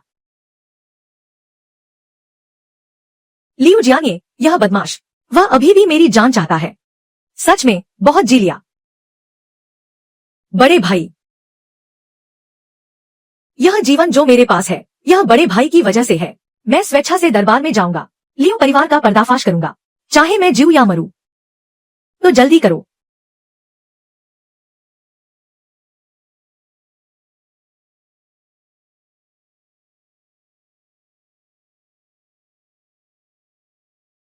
पिता, ब्लैक टाइगर माउंटेन का क्या हुआ? अभी तक कोई खबर नहीं। वांग युआन अभी तक क्यों नहीं मरा? उसने इस तरह की बकवास में मत पड़ो। ब्लैक हार्ट टाइगर ने हाथ उठाया। क्या एक बच्चा जीवित रह सकता है? तुम अपनी किताबों पर ध्यान केंद्रित करो। हाँ, एक ओल्ड मैन, कुछ बड़ा होने वाला है। क्या डर है? फू काउंटी में हम लियो परिवार किसी से नहीं डरते। बोलो। गली गली से अभी लोग भेजे हैं, उन्होंने हमारी सारी दुकानें बंद करवा दी। यह सड़क पर अफवाहें उड़ रही हैं, कहते हैं कि ब्लैक टाइगर माउंटेन को लूट लिया गया है। उस दुष्ट बाघ ने सामने आकर, यह हमने ही हथियारों को खरीदा था। क्या क्या यह? जल्दी से अपना सामान समेटो और काउंटी की ओर भागो। चलो चलो चलो। लियू जीगाओ ने पहाड़ की ओर इशारा किया। चलो काउंटी की गली में चलते हैं। नहीं, व्यापार, मुझे मां जियान को बुलाओ। युवराज, जाओ मां जियान को बुलाओ। मास्टर, बेशक, आप बहादुर और चतुर हैं। काउंटी के सम्मानीय महोदय, क्या आप लियू परिवार को जाने दे सकते हैं? मां जियान, इसका क्या मतलब है? वे स्वेच्छा से अतिरिक्त करों का भुगतान करेंगे और 3,000 और देंगे। आपका क्या मतलब है? आप चाहते हैं कि यह अधिकारी निजी तौर पर?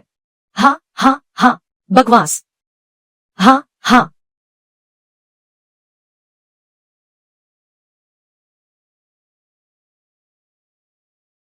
मां जियान, क्या खबर है? लियो परिवार के बेटे, मुझे गुस्सा आता है, मैं कुछ नहीं कर सकता, कृपया वापस आ जाओ। वह वह वह, मैं कुछ नहीं कर सकता।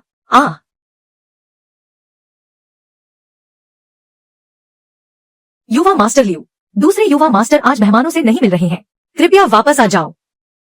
भाई ली सेहान, लियू और ली परिवार अच्छे दोस्त हैं, आप उन्हें मरते हुए नहीं देख सकते और मदद नहीं कर सकते।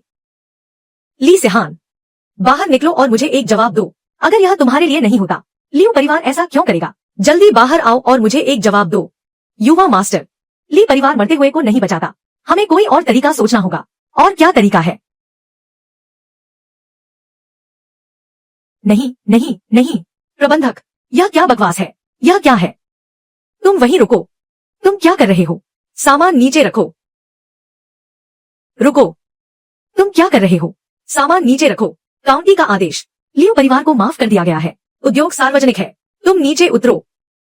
युवराज, युवराज, मैं एक प्रतिभाशाली व्यक्ति हूँ, तुम मेरी तरफ क्यों देख रहे हो? प्रतिभाशाली व्यक्ति, तुम्हारा पिता एक धूर्त है, काउंटी के बड़े पिता ने पहले ही साहित्य में सुधार कर लिया है, तुम्हारी प्रसिद्धि के लिए। मैं तुम्हें बताता हूँ, अब तुम सिर्फ एक हो, एक नीच व्यापारी। अगर तुम फिर से बाधा डालोगे, मैं तुम्हारी टांगे तोड़ दूंगा। जाओ। नहीं, थोड़ा हिलाओ।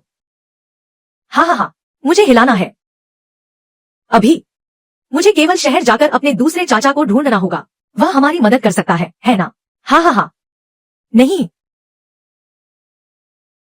मुझे थोड़ा पकड़ो।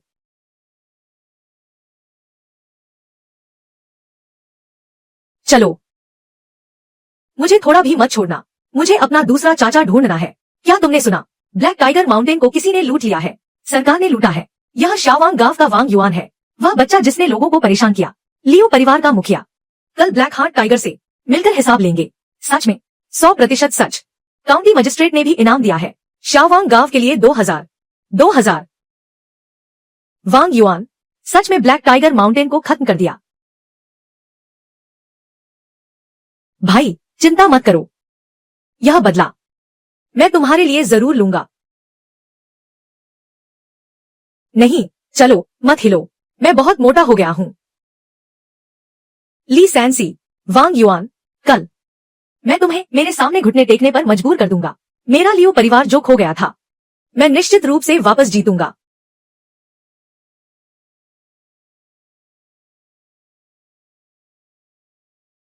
मत हिलो, मत हिलो। तुम लियू जियान्ये हो? बहुत अच्छा। तुम कौन हो? दूसरा बेटा, अपने परिवार का दूसरा बेटा। हम सब अपने लोग हैं, हमें चाकू छुरी की क्या जरूरत है? यह मुद्रा बहुत कूल है। बहुत अच्छा। दूसरा बेटा, है ना? मेरे पास बैंक नोट है। हाँ, जल्दी लाओ, मुझे बैंक नोट दो। बैंक नोट कहाँ है? घर लूट लिया गया। Bank note? कितने बैंक नोट? तुम मेरे बड़े भाई की जान खरीद सकते हो, तुम मुझे मार डालोगे मेरे बड़े भाई। आज मैं तुम्हें तुम्हारी जान की कीमत चुकाने पर मजबूर कर दूंगा। बड़े भाई। दूसरा बेटा, तुम्हारे बड़े भाई को मार डाला। यह वांग युआन है ना? छोड़ दो। अगर तुम लोगों ने डाकू नहीं खरीदे होते, पहाड़ पर डाकू कैसे खत्म हो जाते? मेरे बड़े भाई की जान वापस लाओ। धर्म पिता, मैं तो बस एक भगोड़ा हूं। यह सब उन्होंने लियो परिवार ने किया है। ठीक है, बस मुझे धर्मपिता कहो। आज मैं तुम्हें एक जीवन का कर्ज चुकाऊंगा। भविष्य में अगर तुम फिर से बुरा करोगे, मैं तुम्हें नहीं छोड़ूंगा। धर्मपिता, धीरे चलिए। धर्मपिता, सावधान, बहुत सारे पत्थर हैं।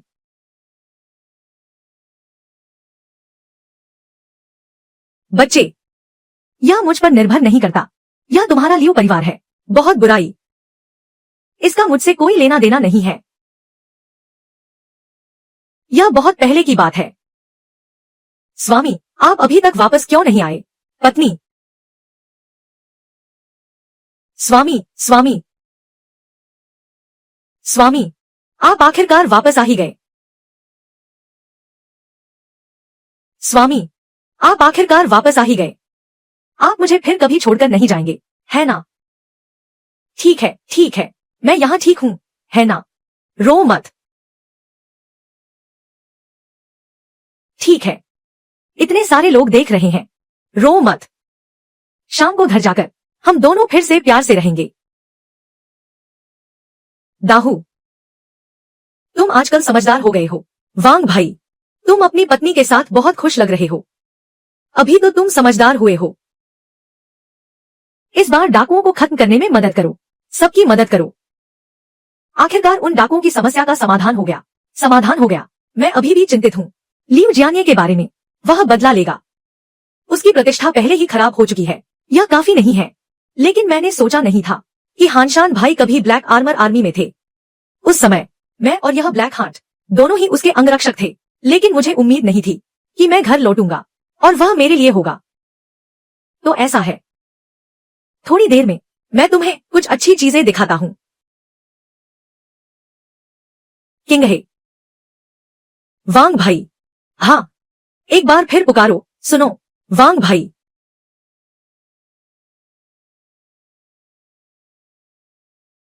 किंग है, तुम सच में दिन ब दिन और सुंदर होती जा रही हो। धन्यवाद पत्नी। बच्चे बड़े हो गए हैं। हाँ, बड़े हो गए हैं। पत्नी, तुम यहाँ हो, बुलाओ। पत्नी, ठीक है। वांग भाई, मैंने सुना है ब्लैक हार्ट सचमुच तुम्हारे द्वारा लाया गया है। यह स्वाभाविक है, यह कोई छोटी बात नहीं है ना? छोटा वांग आ गया। पिताजी। वांग भाई, तुम फिर से यहाँ बकवास कर रहे हो। इस बार तुमने बड़ी उपलब्धि हासिल की है। आज रात अच्छी तरह से जश्न मनाते हैं। हाँ, ठीक है। मैंने तुम्हें वह चीजें तैयार करने को कहा था जो मैंने कही थी। तुम्हारी बात सुन रहा हूँ। मैंने 3 दिन से तैयारी की है और सिर्फ ये 2 टूटे हुए बर्तन जलाए। 2? हाँ, इतना सारा पैसा खर्च करके सिर्फ 2 टूटे हुए बर्तन जलाए। हारने वाले। तुम वांग भाई से कैसे बात करते हो? बस ऐसे ही तुम वांग भाई से कैसे बात करते हो? अगर लोहा पानी में नहीं जला तो मैं तुम्हारे साथ खत्म। और अगर यह जल गया, अगर यह हो गया, तो तुम जो चाहो कर सकते हो। समुद्री भोजन से बेहतर कुछ नहीं। मजेदार। लेकिन अगर यह जल गया तो, अगर यह बन गया तो, जैसा तुम चाहो। यह लड़की इतनी जिद्दी है, अब क्या होगा?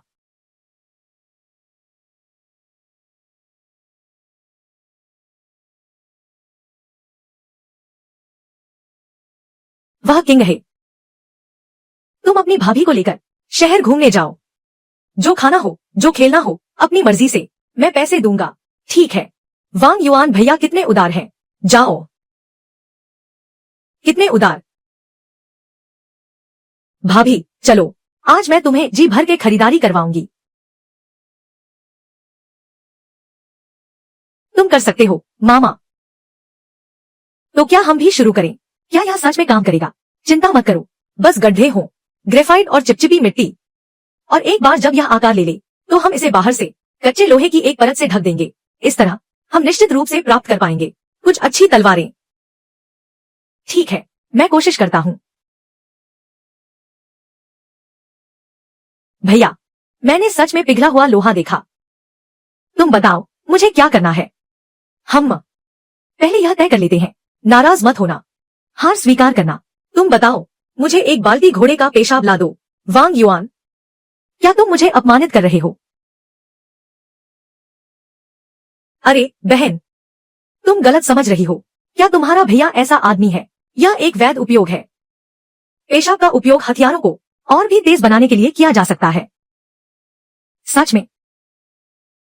बिल्कुल सच। और फिर मैं अपनी बहन के साथ कैसे मजाक कर सकता हूं? भाभी पीछे हैं, तो जल्दी क्यों नहीं करते? स्वामी, स्वामी, देखो, क्या यह पोशाक अच्छी लग रही है? बहुत अच्छी। यह पोशाक तुम पर बहुत अच्छी लग रही है। यह सब किंगह बहन ने मेरे लिए चुना है। इस पर काफी चांदी खर्च हुई है। यह इसके लायक है। भविष्य में हर दिन ऐसे ही कपड़े पहनना। बहुत अच्छी लग रही हो। तो स्वामी, मुझे एक चुंबन दे। यह दूसरों के घर में अच्छा नहीं है। एक चुंबन।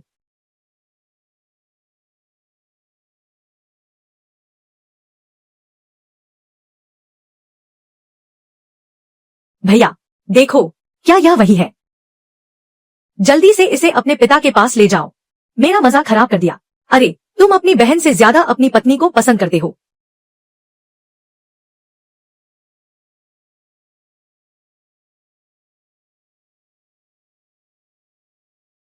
तुमने मेरा मजाक खराब कर दिया। तो क्या हम जारी रखें?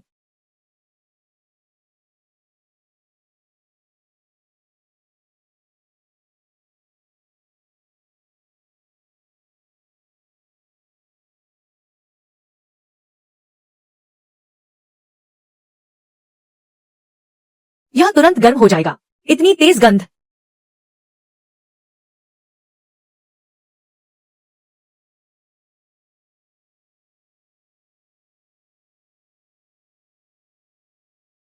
क्या तलवार है?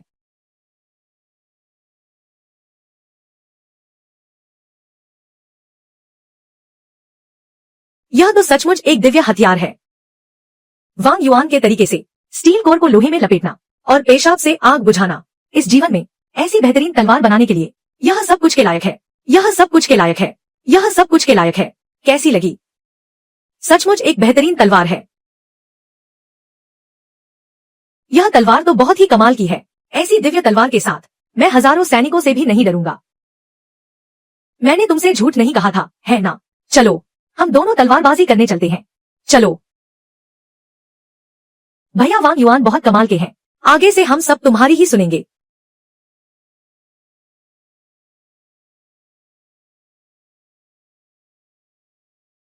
तुमने मुझे इतना सम्मान दिया है, आगे से तुम्हें भी अपने माँ का ध्यान रखना चाहिए, मेरी बहन।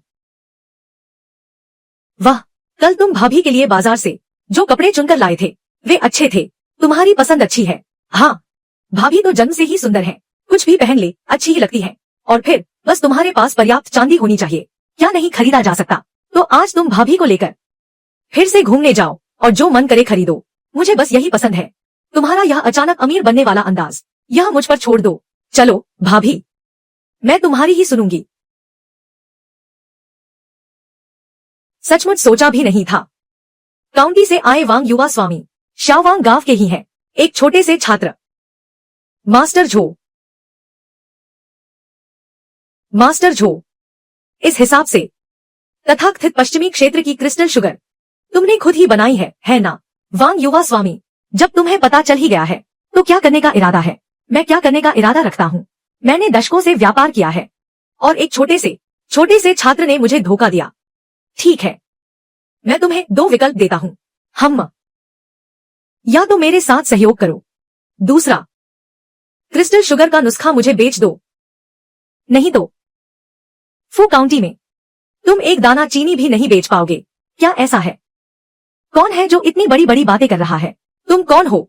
व्यापार में यह आपसी सहमति का मामला होता है। अगर तुम अपनी शक्ति का दुरुपयोग करके लोगों को धमकाते हो और जबरदस्ती खरीद फरोख्त करते हो तो पहले मेरी इस तलवार से पूछो कि क्या वह सहमत है। युवा स्वामी वांग युआन अच्छी तरह बात करते हैं। मुझे नहीं पता मास्टर झो कितने पैसे में मेरा नुस्खा खरीदना चाहते हैं। हम 55,000 ताइल, 1,00,000 ताइल। भैया हानशान, लेकिन संयोग की बात है, कुछ दिन पहले हूँ परिवार की बड़ी बेटी, लगता है वह भी पूछ रही थी हमारी क्रिस्टल कैंडी की खरीद बिक्री के बारे में। तुम यहाँ? अरे नहीं नहीं नहीं, 1 पाउंड कितने का है? तुम तय करो। मुझे पहले 500 पाउंड चाहिए। मुझे पहले 500 पाउंड चाहिए।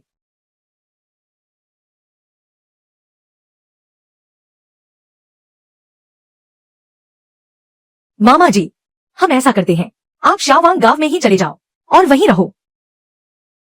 भाई, क्या तुम्हें डर है कि प्रबंधक जो बेईमानी करेगा और हमें नुस्खा बताने के लिए मजबूर करेगा? तुम सबने देखा ही है, ये अमीर और शक्तिशाली लोग पैसे के लिए वे हत्या और लूटपाट जैसे काम भी कर सकते हैं। शावांग गांव में आखिर हम सब अपने ही लोग हैं। अगर वे हिम्मत करते हैं आने की, तो लियू परिवार उनका अंत होगा।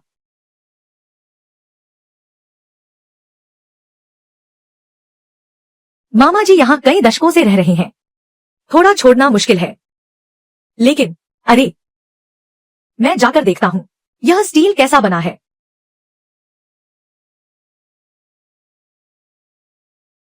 भाई, क्या तुम्हें पता है कि मेरे पिताजी क्यों शाओवांग गांव में नहीं रहना चाहते?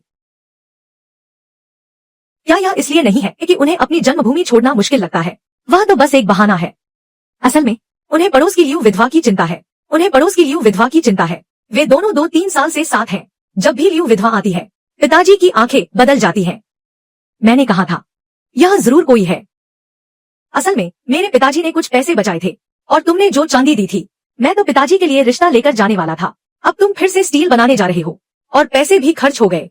अरे, यह बात वास्तव में मेरी गलती है।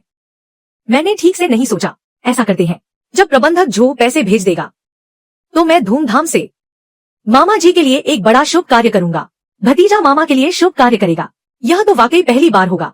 महान पुरुष छोटी बातों पर ध्यान नहीं देते। यह मुझ पर छोड़ दो। युआन भाई, तो तुम लोग पहले बात करो। युआन भाई, मैंने एक खबर सुनी है। तुम्हारे पास कोई महत्वपूर्ण खबर होनी चाहिए। लियू जियानिए को शहर के बाहर किसी ने मार दिया है।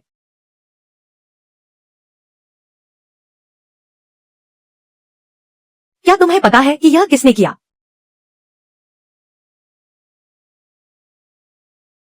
लियू जियानिए की मौत, क्या यह तुमने किया है? इस मामले का राजकुमार से कोई लेना देना नहीं है। तुम निश्चिंत रहो। जो काम मैंने किया है उसकी जिम्मेदारी मैं खुद लूंगा। अच्छा किया। लेकिन दूसरा भाई ऐसा है, चूंकि तुम लोगों ने मेरा साथ देने का फैसला किया है, तो मेरा कर्तव्य है कि मैं तुम्हें एक बड़ा काम करवाऊं। तुम्हें लगता है हमें जरूरत नहीं है लियू जियानिए जैसे छोटे आदमी के लिए खुद को बर्बाद करने की?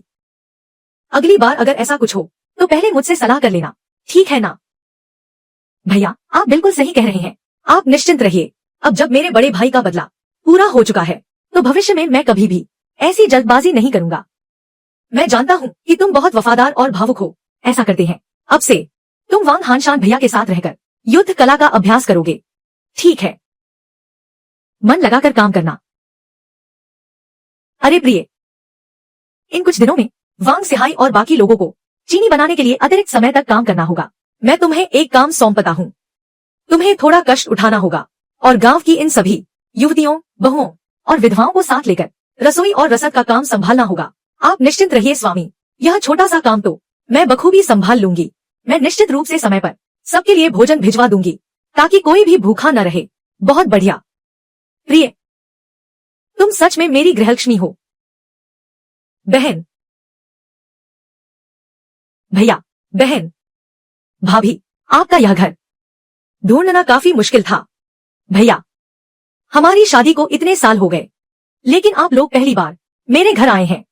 बहन, कुछ दिन पहले ही तुम्हारे भैया तुमसे मिलने आने की बात कर रहे थे। वैसे अब जब तुम लोग इतने अमीर हो गए हो, तो फिर अभी भी ऐसे माहौल में क्यों रह रहे हो? यह जीवन तो बहुत कष्टदायक है। बिल्कुल भी कष्टदायक नहीं है। यहाँ के पहाड़ और नदियाँ कितनी सुंदर हैं। और तो और स्वामी भी मेरा बहुत ख्याल रखते हैं। बहन, ऐसा करो, तुम अपनी भाभी को लेकर अंदर जाकर बातें करो। मुझे जीजाजी से कुछ जरूरी बात करनी है। ठीक है भाभी, मैं आपको दिखाती हूँ जो नए कपड़े मैंने खरीदे हैं। ठीक है तो भैया, जो भी बात है, हम तो एक ही परिवार के हैं। साफ साफ कहिए। जीजाजी, वह लियो परिवार सचमुच बहुत नीच है। मैंने सोचा भी नहीं था कि वे आपको नुकसान पहुंचाने के लिए लोगों को भेजेंगे। अच्छा हुआ कि उन्हें अपने कर्मों का फल मिल गया। पहले जो कुछ भी हुआ वह सब मेरी गलती थी। मैं कुछ समय के लिए मूर्ख बन गया था। भविष्य में हमारे दोनों परिवारों को मिलजुल कर अच्छे से रहना चाहिए। सही कहा ना? अरे भाई, तुम क्या कह रहे थे पहले? हाँ, सच है, मेरी भी कुछ गलतियां थी। हम सब बीत गया, बीत गया, बीत गया। पत्नी, मैं असल में मुझे तुमसे कुछ और काम था। मैं तुम्हें आमंत्रित करने आया हूँ डिंग लॉन्ग ताई काव्य सभा में भाग लेने के लिए। कविता सम्मेलन। बैठो पत्नी, आओ आओ आओ। अगर तुम भाग ले सको तो, लेकिन अगर तुम नाम कमाओगे तो निश्चित रूप से तुम्हारा नाम चारों दिशाओं में फैलेगा। और अगर नाम नहीं भी कमाया तो भी यह मुलाकातें धनी और शक्तिशाली लोगों से तुम्हारे लिए भविष्य में बहुत मददगार होंगी। देखो तो, यह मैं पहले ही सोच चुका था। काउंटी मजिस्ट्रेट महोदय, आपके लिए खुद दावत की तैयारी की है।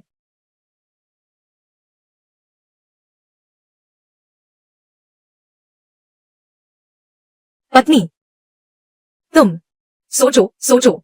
भाई, तुम भी जानते हो मैं कैसा इंसान हूँ। मुझे सरकारी पदों या प्रसिद्धि में कोई दिलचस्पी नहीं है। तुम कहो मैं एक सम्राट के अधीन व्यापारी बन जाऊं, रोजाना मजे में घूमना, दुनिया की सैर करना कितना अच्छा है। यह सच है, लेकिन यह मौका मुश्किल से मिलता है। तुम ध्यान से सोचो। पत्नी, भाई, यह कविता सम्मेलन, मुझे लगता है कि तुम कहते हो कि कविता सम्मेलन में भाग लेने वाले लोग, क्या वे सभी बहुत अमीर नहीं होते? जरूर होते होंगे। तो बहुत अमीर का क्या मतलब है? इसका मतलब है कि वे पूरे देश के सबसे अमीर और शक्तिशाली लोग। आम लोगों की तो कोई हैसियत ही नहीं। अगर काउंटी मजिस्ट्रेट महोदय न होते तो मैं दावत का इंतजाम भी नहीं कर पाता। धनाढ़ कुलीन परिवार, शक्तिशाली व्यापारी, ये सब बहुत अमीर लोग हैं। उनकी दौलत ही मायने रखती है। अरे भाई, चूंकि तुमने सब कुछ सोच लिया है तो पत्नी और मैं, हम भी तो कोई मामूली लोग नहीं हैं। यह कविता सम्मेलन, अगर हम भाग लें तो यह सही होगा। मुझे पता था मेरी पत्नी कभी भी साधारण नहीं हो सकती। पत्नी, तुम चिंता मत करो, मुझे तुम पर भरोसा है। तुम जरूर कमाल करोगी। भाई, इतने सालों में यह पहली बार है जब तुम हमारे घर आए हो। आखिरकार उसने तुम्हें स्वीकार कर ही लिया। आओ। बच्ची, चिंता मत करो, आज से आगे मैं तुम्हें कहीं भी जाने नहीं दूंगा। तुम्हें हर कोई सम्मान देगा और तुम अपने पति के साथ रह सकोगी। मैं तो पहले से ही बहुत खुश हूँ। अगर मैं भी भाई के परिवार के साथ शांति से रह सकूं तो यह बहुत अच्छा होगा। ठीक है, भाई ने आज आपसे क्या कहा? उन्होंने मुझे एक बहुत बड़ी खुशखबरी दी है। मैं कुछ अनोखी चीजें बनाने की सोच रहा हूँ और खूब पैसे कमाऊंगा। उन रईस जादों से सोचकर ही खुशी होती है।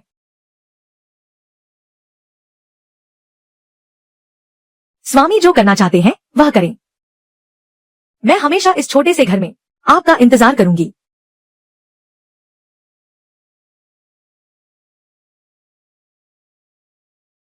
वांग हानशान भैया, हमारी तलवारें बनकर तैयार हो गई हैं। हमें अपने लोगों को लैस करने के अलावा एक अच्छा खरीदार भी ढूंढना होगा। यह एक बड़ा सौदा है। हाँ बिल्कुल, लेकिन ऐसे दिव्य हथियार, एक की कीमत कम से कम 1000 स्वर्ण है। हमारे इस छोटे से फू काउंटी में शायद ही कोई होगा जो इन्हें खरीद सके। फू काउंटी में निश्चित रूप से कोई नहीं खरीद पाएगा, लेकिन प्रांत में ऐसा नहीं है। क्या आप प्रांत में बेचने की बात कर रहे हैं? मैं ज्यूशान प्रांत जाने की सोच रहा हूँ काव्य सभा में भाग लेने के लिए। वहाँ देश भर के धनी राजकुमार इकट्ठे होते हैं। वे निश्चित रूप से बड़ी कीमत चुकाने को तैयार होंगे हमारी तलवारें खरीदने के लिए। यह तो स्वाभाविक है, लेकिन यहाँ से प्रांत तक कम से कम 400-500 ली का रास्ता है और रास्ते में हेहो पर्वत, दाकिंग पर्वत और यिक्सियांतियान जैसे पहाड़ी दर्रे भी हैं। इन पहाड़ी दर्रों पर डाकू डेरा डाले हुए हैं। भले ही हेहो पर्वत के डाकुओं को हमने खत्म कर दिया है, लेकिन दाकिंग पर्वत और यिक्सियांतियान से सुरक्षित रूप से गुजरने के लिए काफी मशक्कत करनी पड़ेगी। अगर सुरक्षित रूप से गुजरना है तो केवल रास्ते के शुल्क के लिए ही काफी चांदी लग जाएगी। रास्ते के शुल्क के पैसे मैं निश्चित रूप से नहीं दूंगा। अगर वे हमें जाने नहीं देंगे तो मैं उन्हें खत्म कर दूंगा। ठीक है, अगर हर आदमी के पास एक कीमती तलवार हो तो डाकुओं से क्या डरना। अभी 2 महीने का समय है। हथियार बनाने में तेजी लाओ। जब तैयारी पूरी हो जाए तो निकल पड़ेंगे। समझ गया। मैं जल्दी से दाहों और बाकी लोगों को प्रशिक्षित करूंगा। तब हम जिवशान प्रांत जाएंगे और उन अमीर जादों के प्याज काटेंगे। प्याज काटना। हम प्याज, इसका क्या मतलब है? वांग युआन भैया, फू काउंटी में नमक का व्यापार फिर से नीलाम होने वाला है। क्या मतलब है? लियो परिवार के पतन के बाद 60,000 जिन नमक छोड़ दो। काउंटी मजिस्ट्रेट ने कहा कि वह चाहते हैं कि तुम इसे संभालो। मैं इसे संभालूं? अरे, काउंटी मजिस्ट्रेट ने कहा जो कोई भी नमक व्यवसाय के संचालन अधिकार प्राप्त कर सकता है उसे भविष्य में भोजन और वस्त्र की चिंता नहीं होगी। यह तुम्हारे लिए भी है, तुम्हारी पिछली रणनीतियों का एक प्रतिफल। लेकिन अगर इसे अन्य शक्तिशाली परिवारों को नियंत्रित करने दिया जाए तो नमक की कीमतें आसमान छू सकती हैं। आम लोग पीड़ित होंगे। तो उन्हें डर नहीं है कि मैं नमक ऊंची कीमत पर बेचूंगा। काउंटी मजिस्ट्रेट ने कहा महाशय का हृदय आम लोगों से जुड़ा है, वह ऐसा कभी नहीं करेंगे। वाह, वह लोगों को कितनी अच्छी तरह समझते हैं। वे कितने पैसे में बोली लगाने की योजना बना रहे हैं। लगभग 5 चांदी के सिक्के प्रति जिन। लेकिन बोली के बाद यह निश्चित रूप से अधिक होगा। ठीक है, तब तुम मेरी जगह बोली लगाना। मैं जो परिवार और हूँ परिवार दोनों आ गए हैं। इस बार नमक का व्यापार इन दोनों परिवारों के अलावा कोई और नहीं ले सकता। क्या महाशय सच में नहीं आए? यह देहाती बूढ़ा कहां से आया? इस बक्से में क्या है? क्या यह सोना है? उसने भी किसी को भेजा है। हालांकि हमारे हूँ परिवार का लक्ष्य इसे जीतना है। शुरू करें। लियो परिवार का नमक व्यापार 5 वेन से शुरू। 6 वेन। मैं 9 वेन देता हूं। 10 वेन। 14 वेन। 18 वेन। जो परिवार का हौसला बुलंद है। 20 वेन। अगर कीमत और बढ़ी तो मैं छोड़ दूंगा। 21 वेन। बधाई हो जो प्रबंधक, बधाई हो, बधाई हो। छोड़ दिया, छोड़ दिया, छोड़ दिया। अगर कोई और ऊंची बोली नहीं लगाता। वांग परिवार 22 वेन। कौन सा वांग परिवार? बेपिंग गांव, श्याओवांग गांव। मैं 24 वेन देता हूं। 25 वेन। हम्फ, नहीं है। क्या तुम्हारे पास पैसे हैं? तुम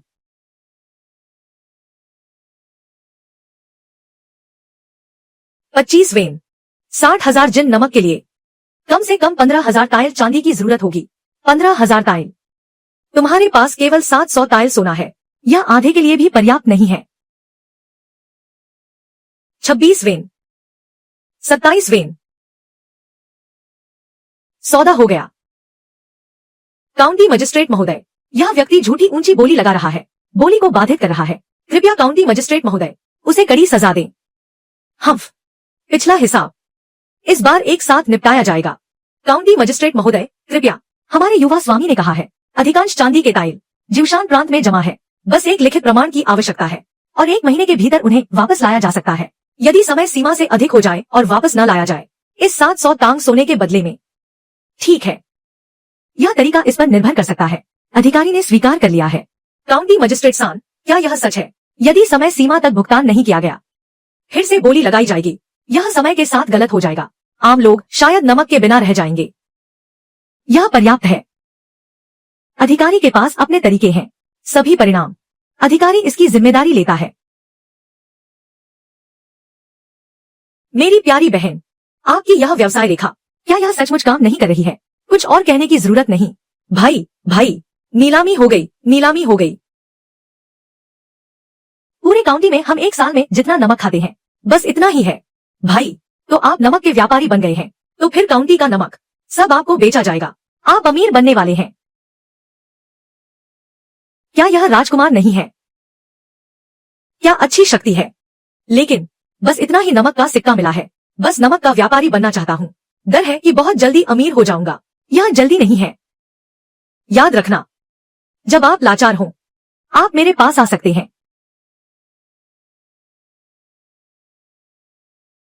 यह बूढ़ा व्यक्ति निश्चित रूप से काउंटी में होगा। नमक नहीं मिला। यह समय बीत जाएगा। यह अद्भुत होगा। हमें उसकी बात सुनने की जरूरत नहीं।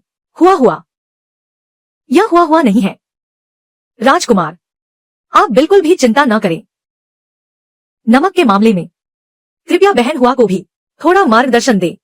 नमक के सिक्के का आदान प्रदान किया जा सकता है। यह वास्तव में गंभीर रूप से अति हो सकता है। हर जगह दसियों साल से जमा हो रहा है। तो क्या यह नमक का सिक्का बेकार नहीं हो जाएगा? लेकिन आम लोग नमक का आदान प्रदान नहीं कर सकते। उन्हें बड़े नमक व्यापारियों से संपर्क करने की आवश्यकता है। राजकुमार नमक का व्यापारी बनना चाहता है। क्या वह इस रास्ते पर चल सकता है? धन्यवाद बहन हुआ आपके मार्गदर्शन के लिए। छोटी बात, मैंने इस महीने पहले ही 8 काउंटियों में बेच दिया है। पूरे प्रांत को 1 महीने के भीतर कवर करने के बाद प्रांतीय एजेंट मुझे वापस बुलाएगा। स्वाभाविक रूप से।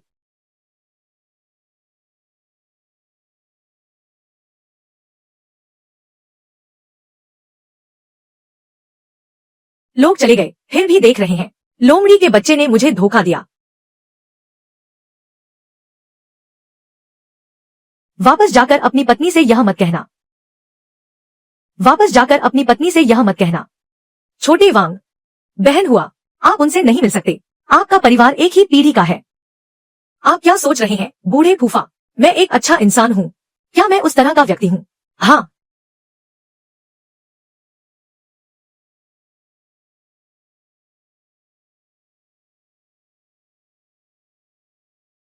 इस महीने मैंने जानबूझकर 3 लोगों को काम पर रखा है। आपके तरीके से लोहे को पिघलाने के लिए 10 से अधिक खंजर बनाए गए। सभी उत्कृष्ट कृतियां हैं। यह कठिन है बूढ़े फूफा। यह 500 टांग सोने का सिक्का है, मजदूरी के अलावा बाकी का। तुम पहले अपनी सेहत बनाओ। 302 ही काफी है, इतने की जरूरत नहीं है। मैंने सुना है कि वह लियू विधवा बहुत क्रूर है। तुम अपनी सेहत का ध्यान रखो और पतले मत हो जाना। भैया, तुम आ गए। किंग है, मैं अभी ज्यूशान प्रांत जाने की तैयारी कर रहा हूँ। एक बड़ा काम है, मामा की शादी का मामला। मैं तुम्हें सौंपता हूँ। अगर मैं समय पर पहुंच पाया तो मेरे लौटने का इंतजार करना। हम इसे धूमधाम से करेंगे। चांदी काफी है ज्यूशान प्रांत। मैंने सुना है कि वहाँ बहुत हलचल रहती है। तुम मुझे भी साथ ले चलो ना। अरे किंग है, इस बार तुम्हारे भैया पहले रास्ता देखने जा रहे हैं। अगली बार मैं तुम्हें जरूर ले जाऊंगा। ठीक है, अपनी बात पर कायम रहना। अपनी बात पर कायम रहना। दूसरा सरदार, मैं तुम्हें एक काम सौंपना चाहता हूँ। भविष्य में मुझे दूसरा सरदार मत कहना। मैंने अब अपना नाम बदल लिया है। मेरा नाम वांग यी है। वांग ली? तो फिर भी मेरे ही उपनाम से क्यों? हम वांग ली। अच्छा बदला है। यी जिसका अर्थ है वफादारी और न्याय। नहीं नहीं, यी जिसका अर्थ है धर्मपिता। आज से तुम मेरे धर्मपिता हो। जो भी काम हो बस मुझे आदेश देना। तो मैं तुमसे पूछता हूँ, क्या तुम इस डाकिंग पर्वत को जानते हो और उन डाकुओं को जो यिक्सियंतियान में है? क्या तुम उन्हें जानते हो? तो मैं तुमसे पूछता हूँ, क्या तुम इस डाकिंग पर्वत को जानते हो और उन डाकुओं को जो यिक्सियंतियान में है? क्या तुम उन्हें जानते हो? हाँ, जानता हूँ।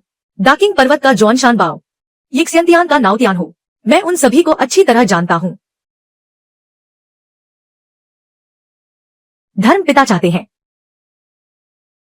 कि मैं पहले अंदर घुसकर अंदरूनी मदद करूं।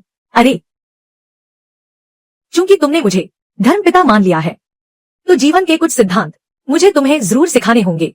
हमेशा लड़ने मरने के बारे में मत सोचो। क्या तुम शांति से पैसा कमाना नहीं जानते? पिछली बार टोल बूथ पर शामिल होने की बात थी। उनसे पूछो कि क्या वे सहमत हैं। अगर वे शामिल होने के लिए सहमत हैं, तो धन और सरकार के मामले में मैं इसे हल करूंगा। लेकिन अगर वे सहमत नहीं हैं और संकीर्ण सोच वाले हैं, तो हमें असभ्य होने के लिए दोषी मत ठहराना। इस तरह यह पहले शिष्टाचार फिर बल का उपयोग करना है। सही सही सही। हम सभी सद्गुणों से लोगों को मनाते हैं। पिछली बार जब मैंने सुना धर्मपिता की एक बात, तो मेरे दिल में मेरा जुनून जल रहा है। मैं हर दिन सोचता रहता हूँ कि इन सभी महान कार्यों को कैसे पूरा करूं। इस बार मैं अपना सर्वश्रेष्ठ प्रयास करूंगा। अच्छा, याद रखना, अगर बात नहीं बनी तो तुम्हें वापस आना ही होगा। सुरक्षा सबसे पहले। धर्मपिता नहीं चाहते कि सफेद बाल वाले काले बाल वाले को विदा करें। धर्मपिता निश्चिंत रहें। वैसे भी मेरे बाल भी नहीं है।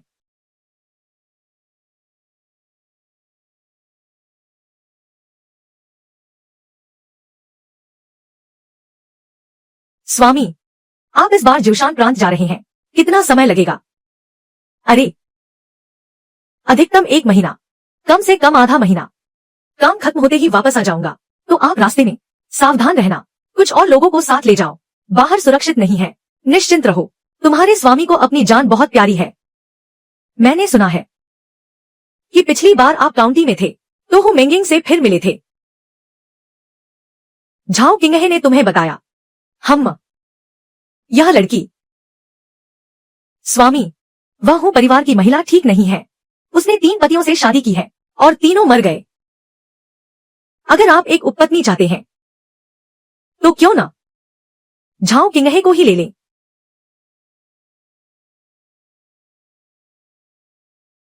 तुम क्या सोच रही हो?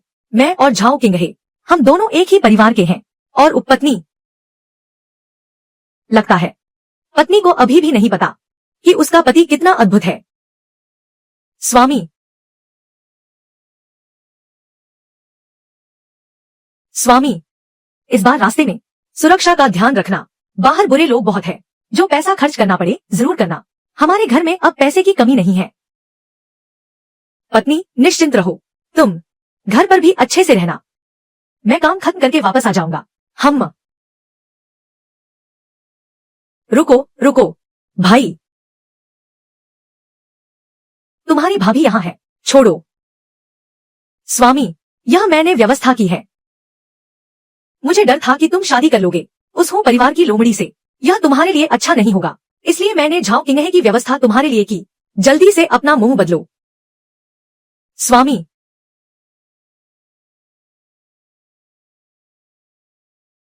नहीं नहीं नहीं, यह एक ही परिवार के हैं। स्वामी, यह रास्ता बहुत लंबा है, हमें पहले जरूरी काम निपटाना चाहिए। मैं अभी भी एक बच्चा हूँ, कुछ नहीं जानता। दीदी, मुझे सिखाओ। ठीक है, शुभकामनाएं। भाइयों, 1 मिनट रुको।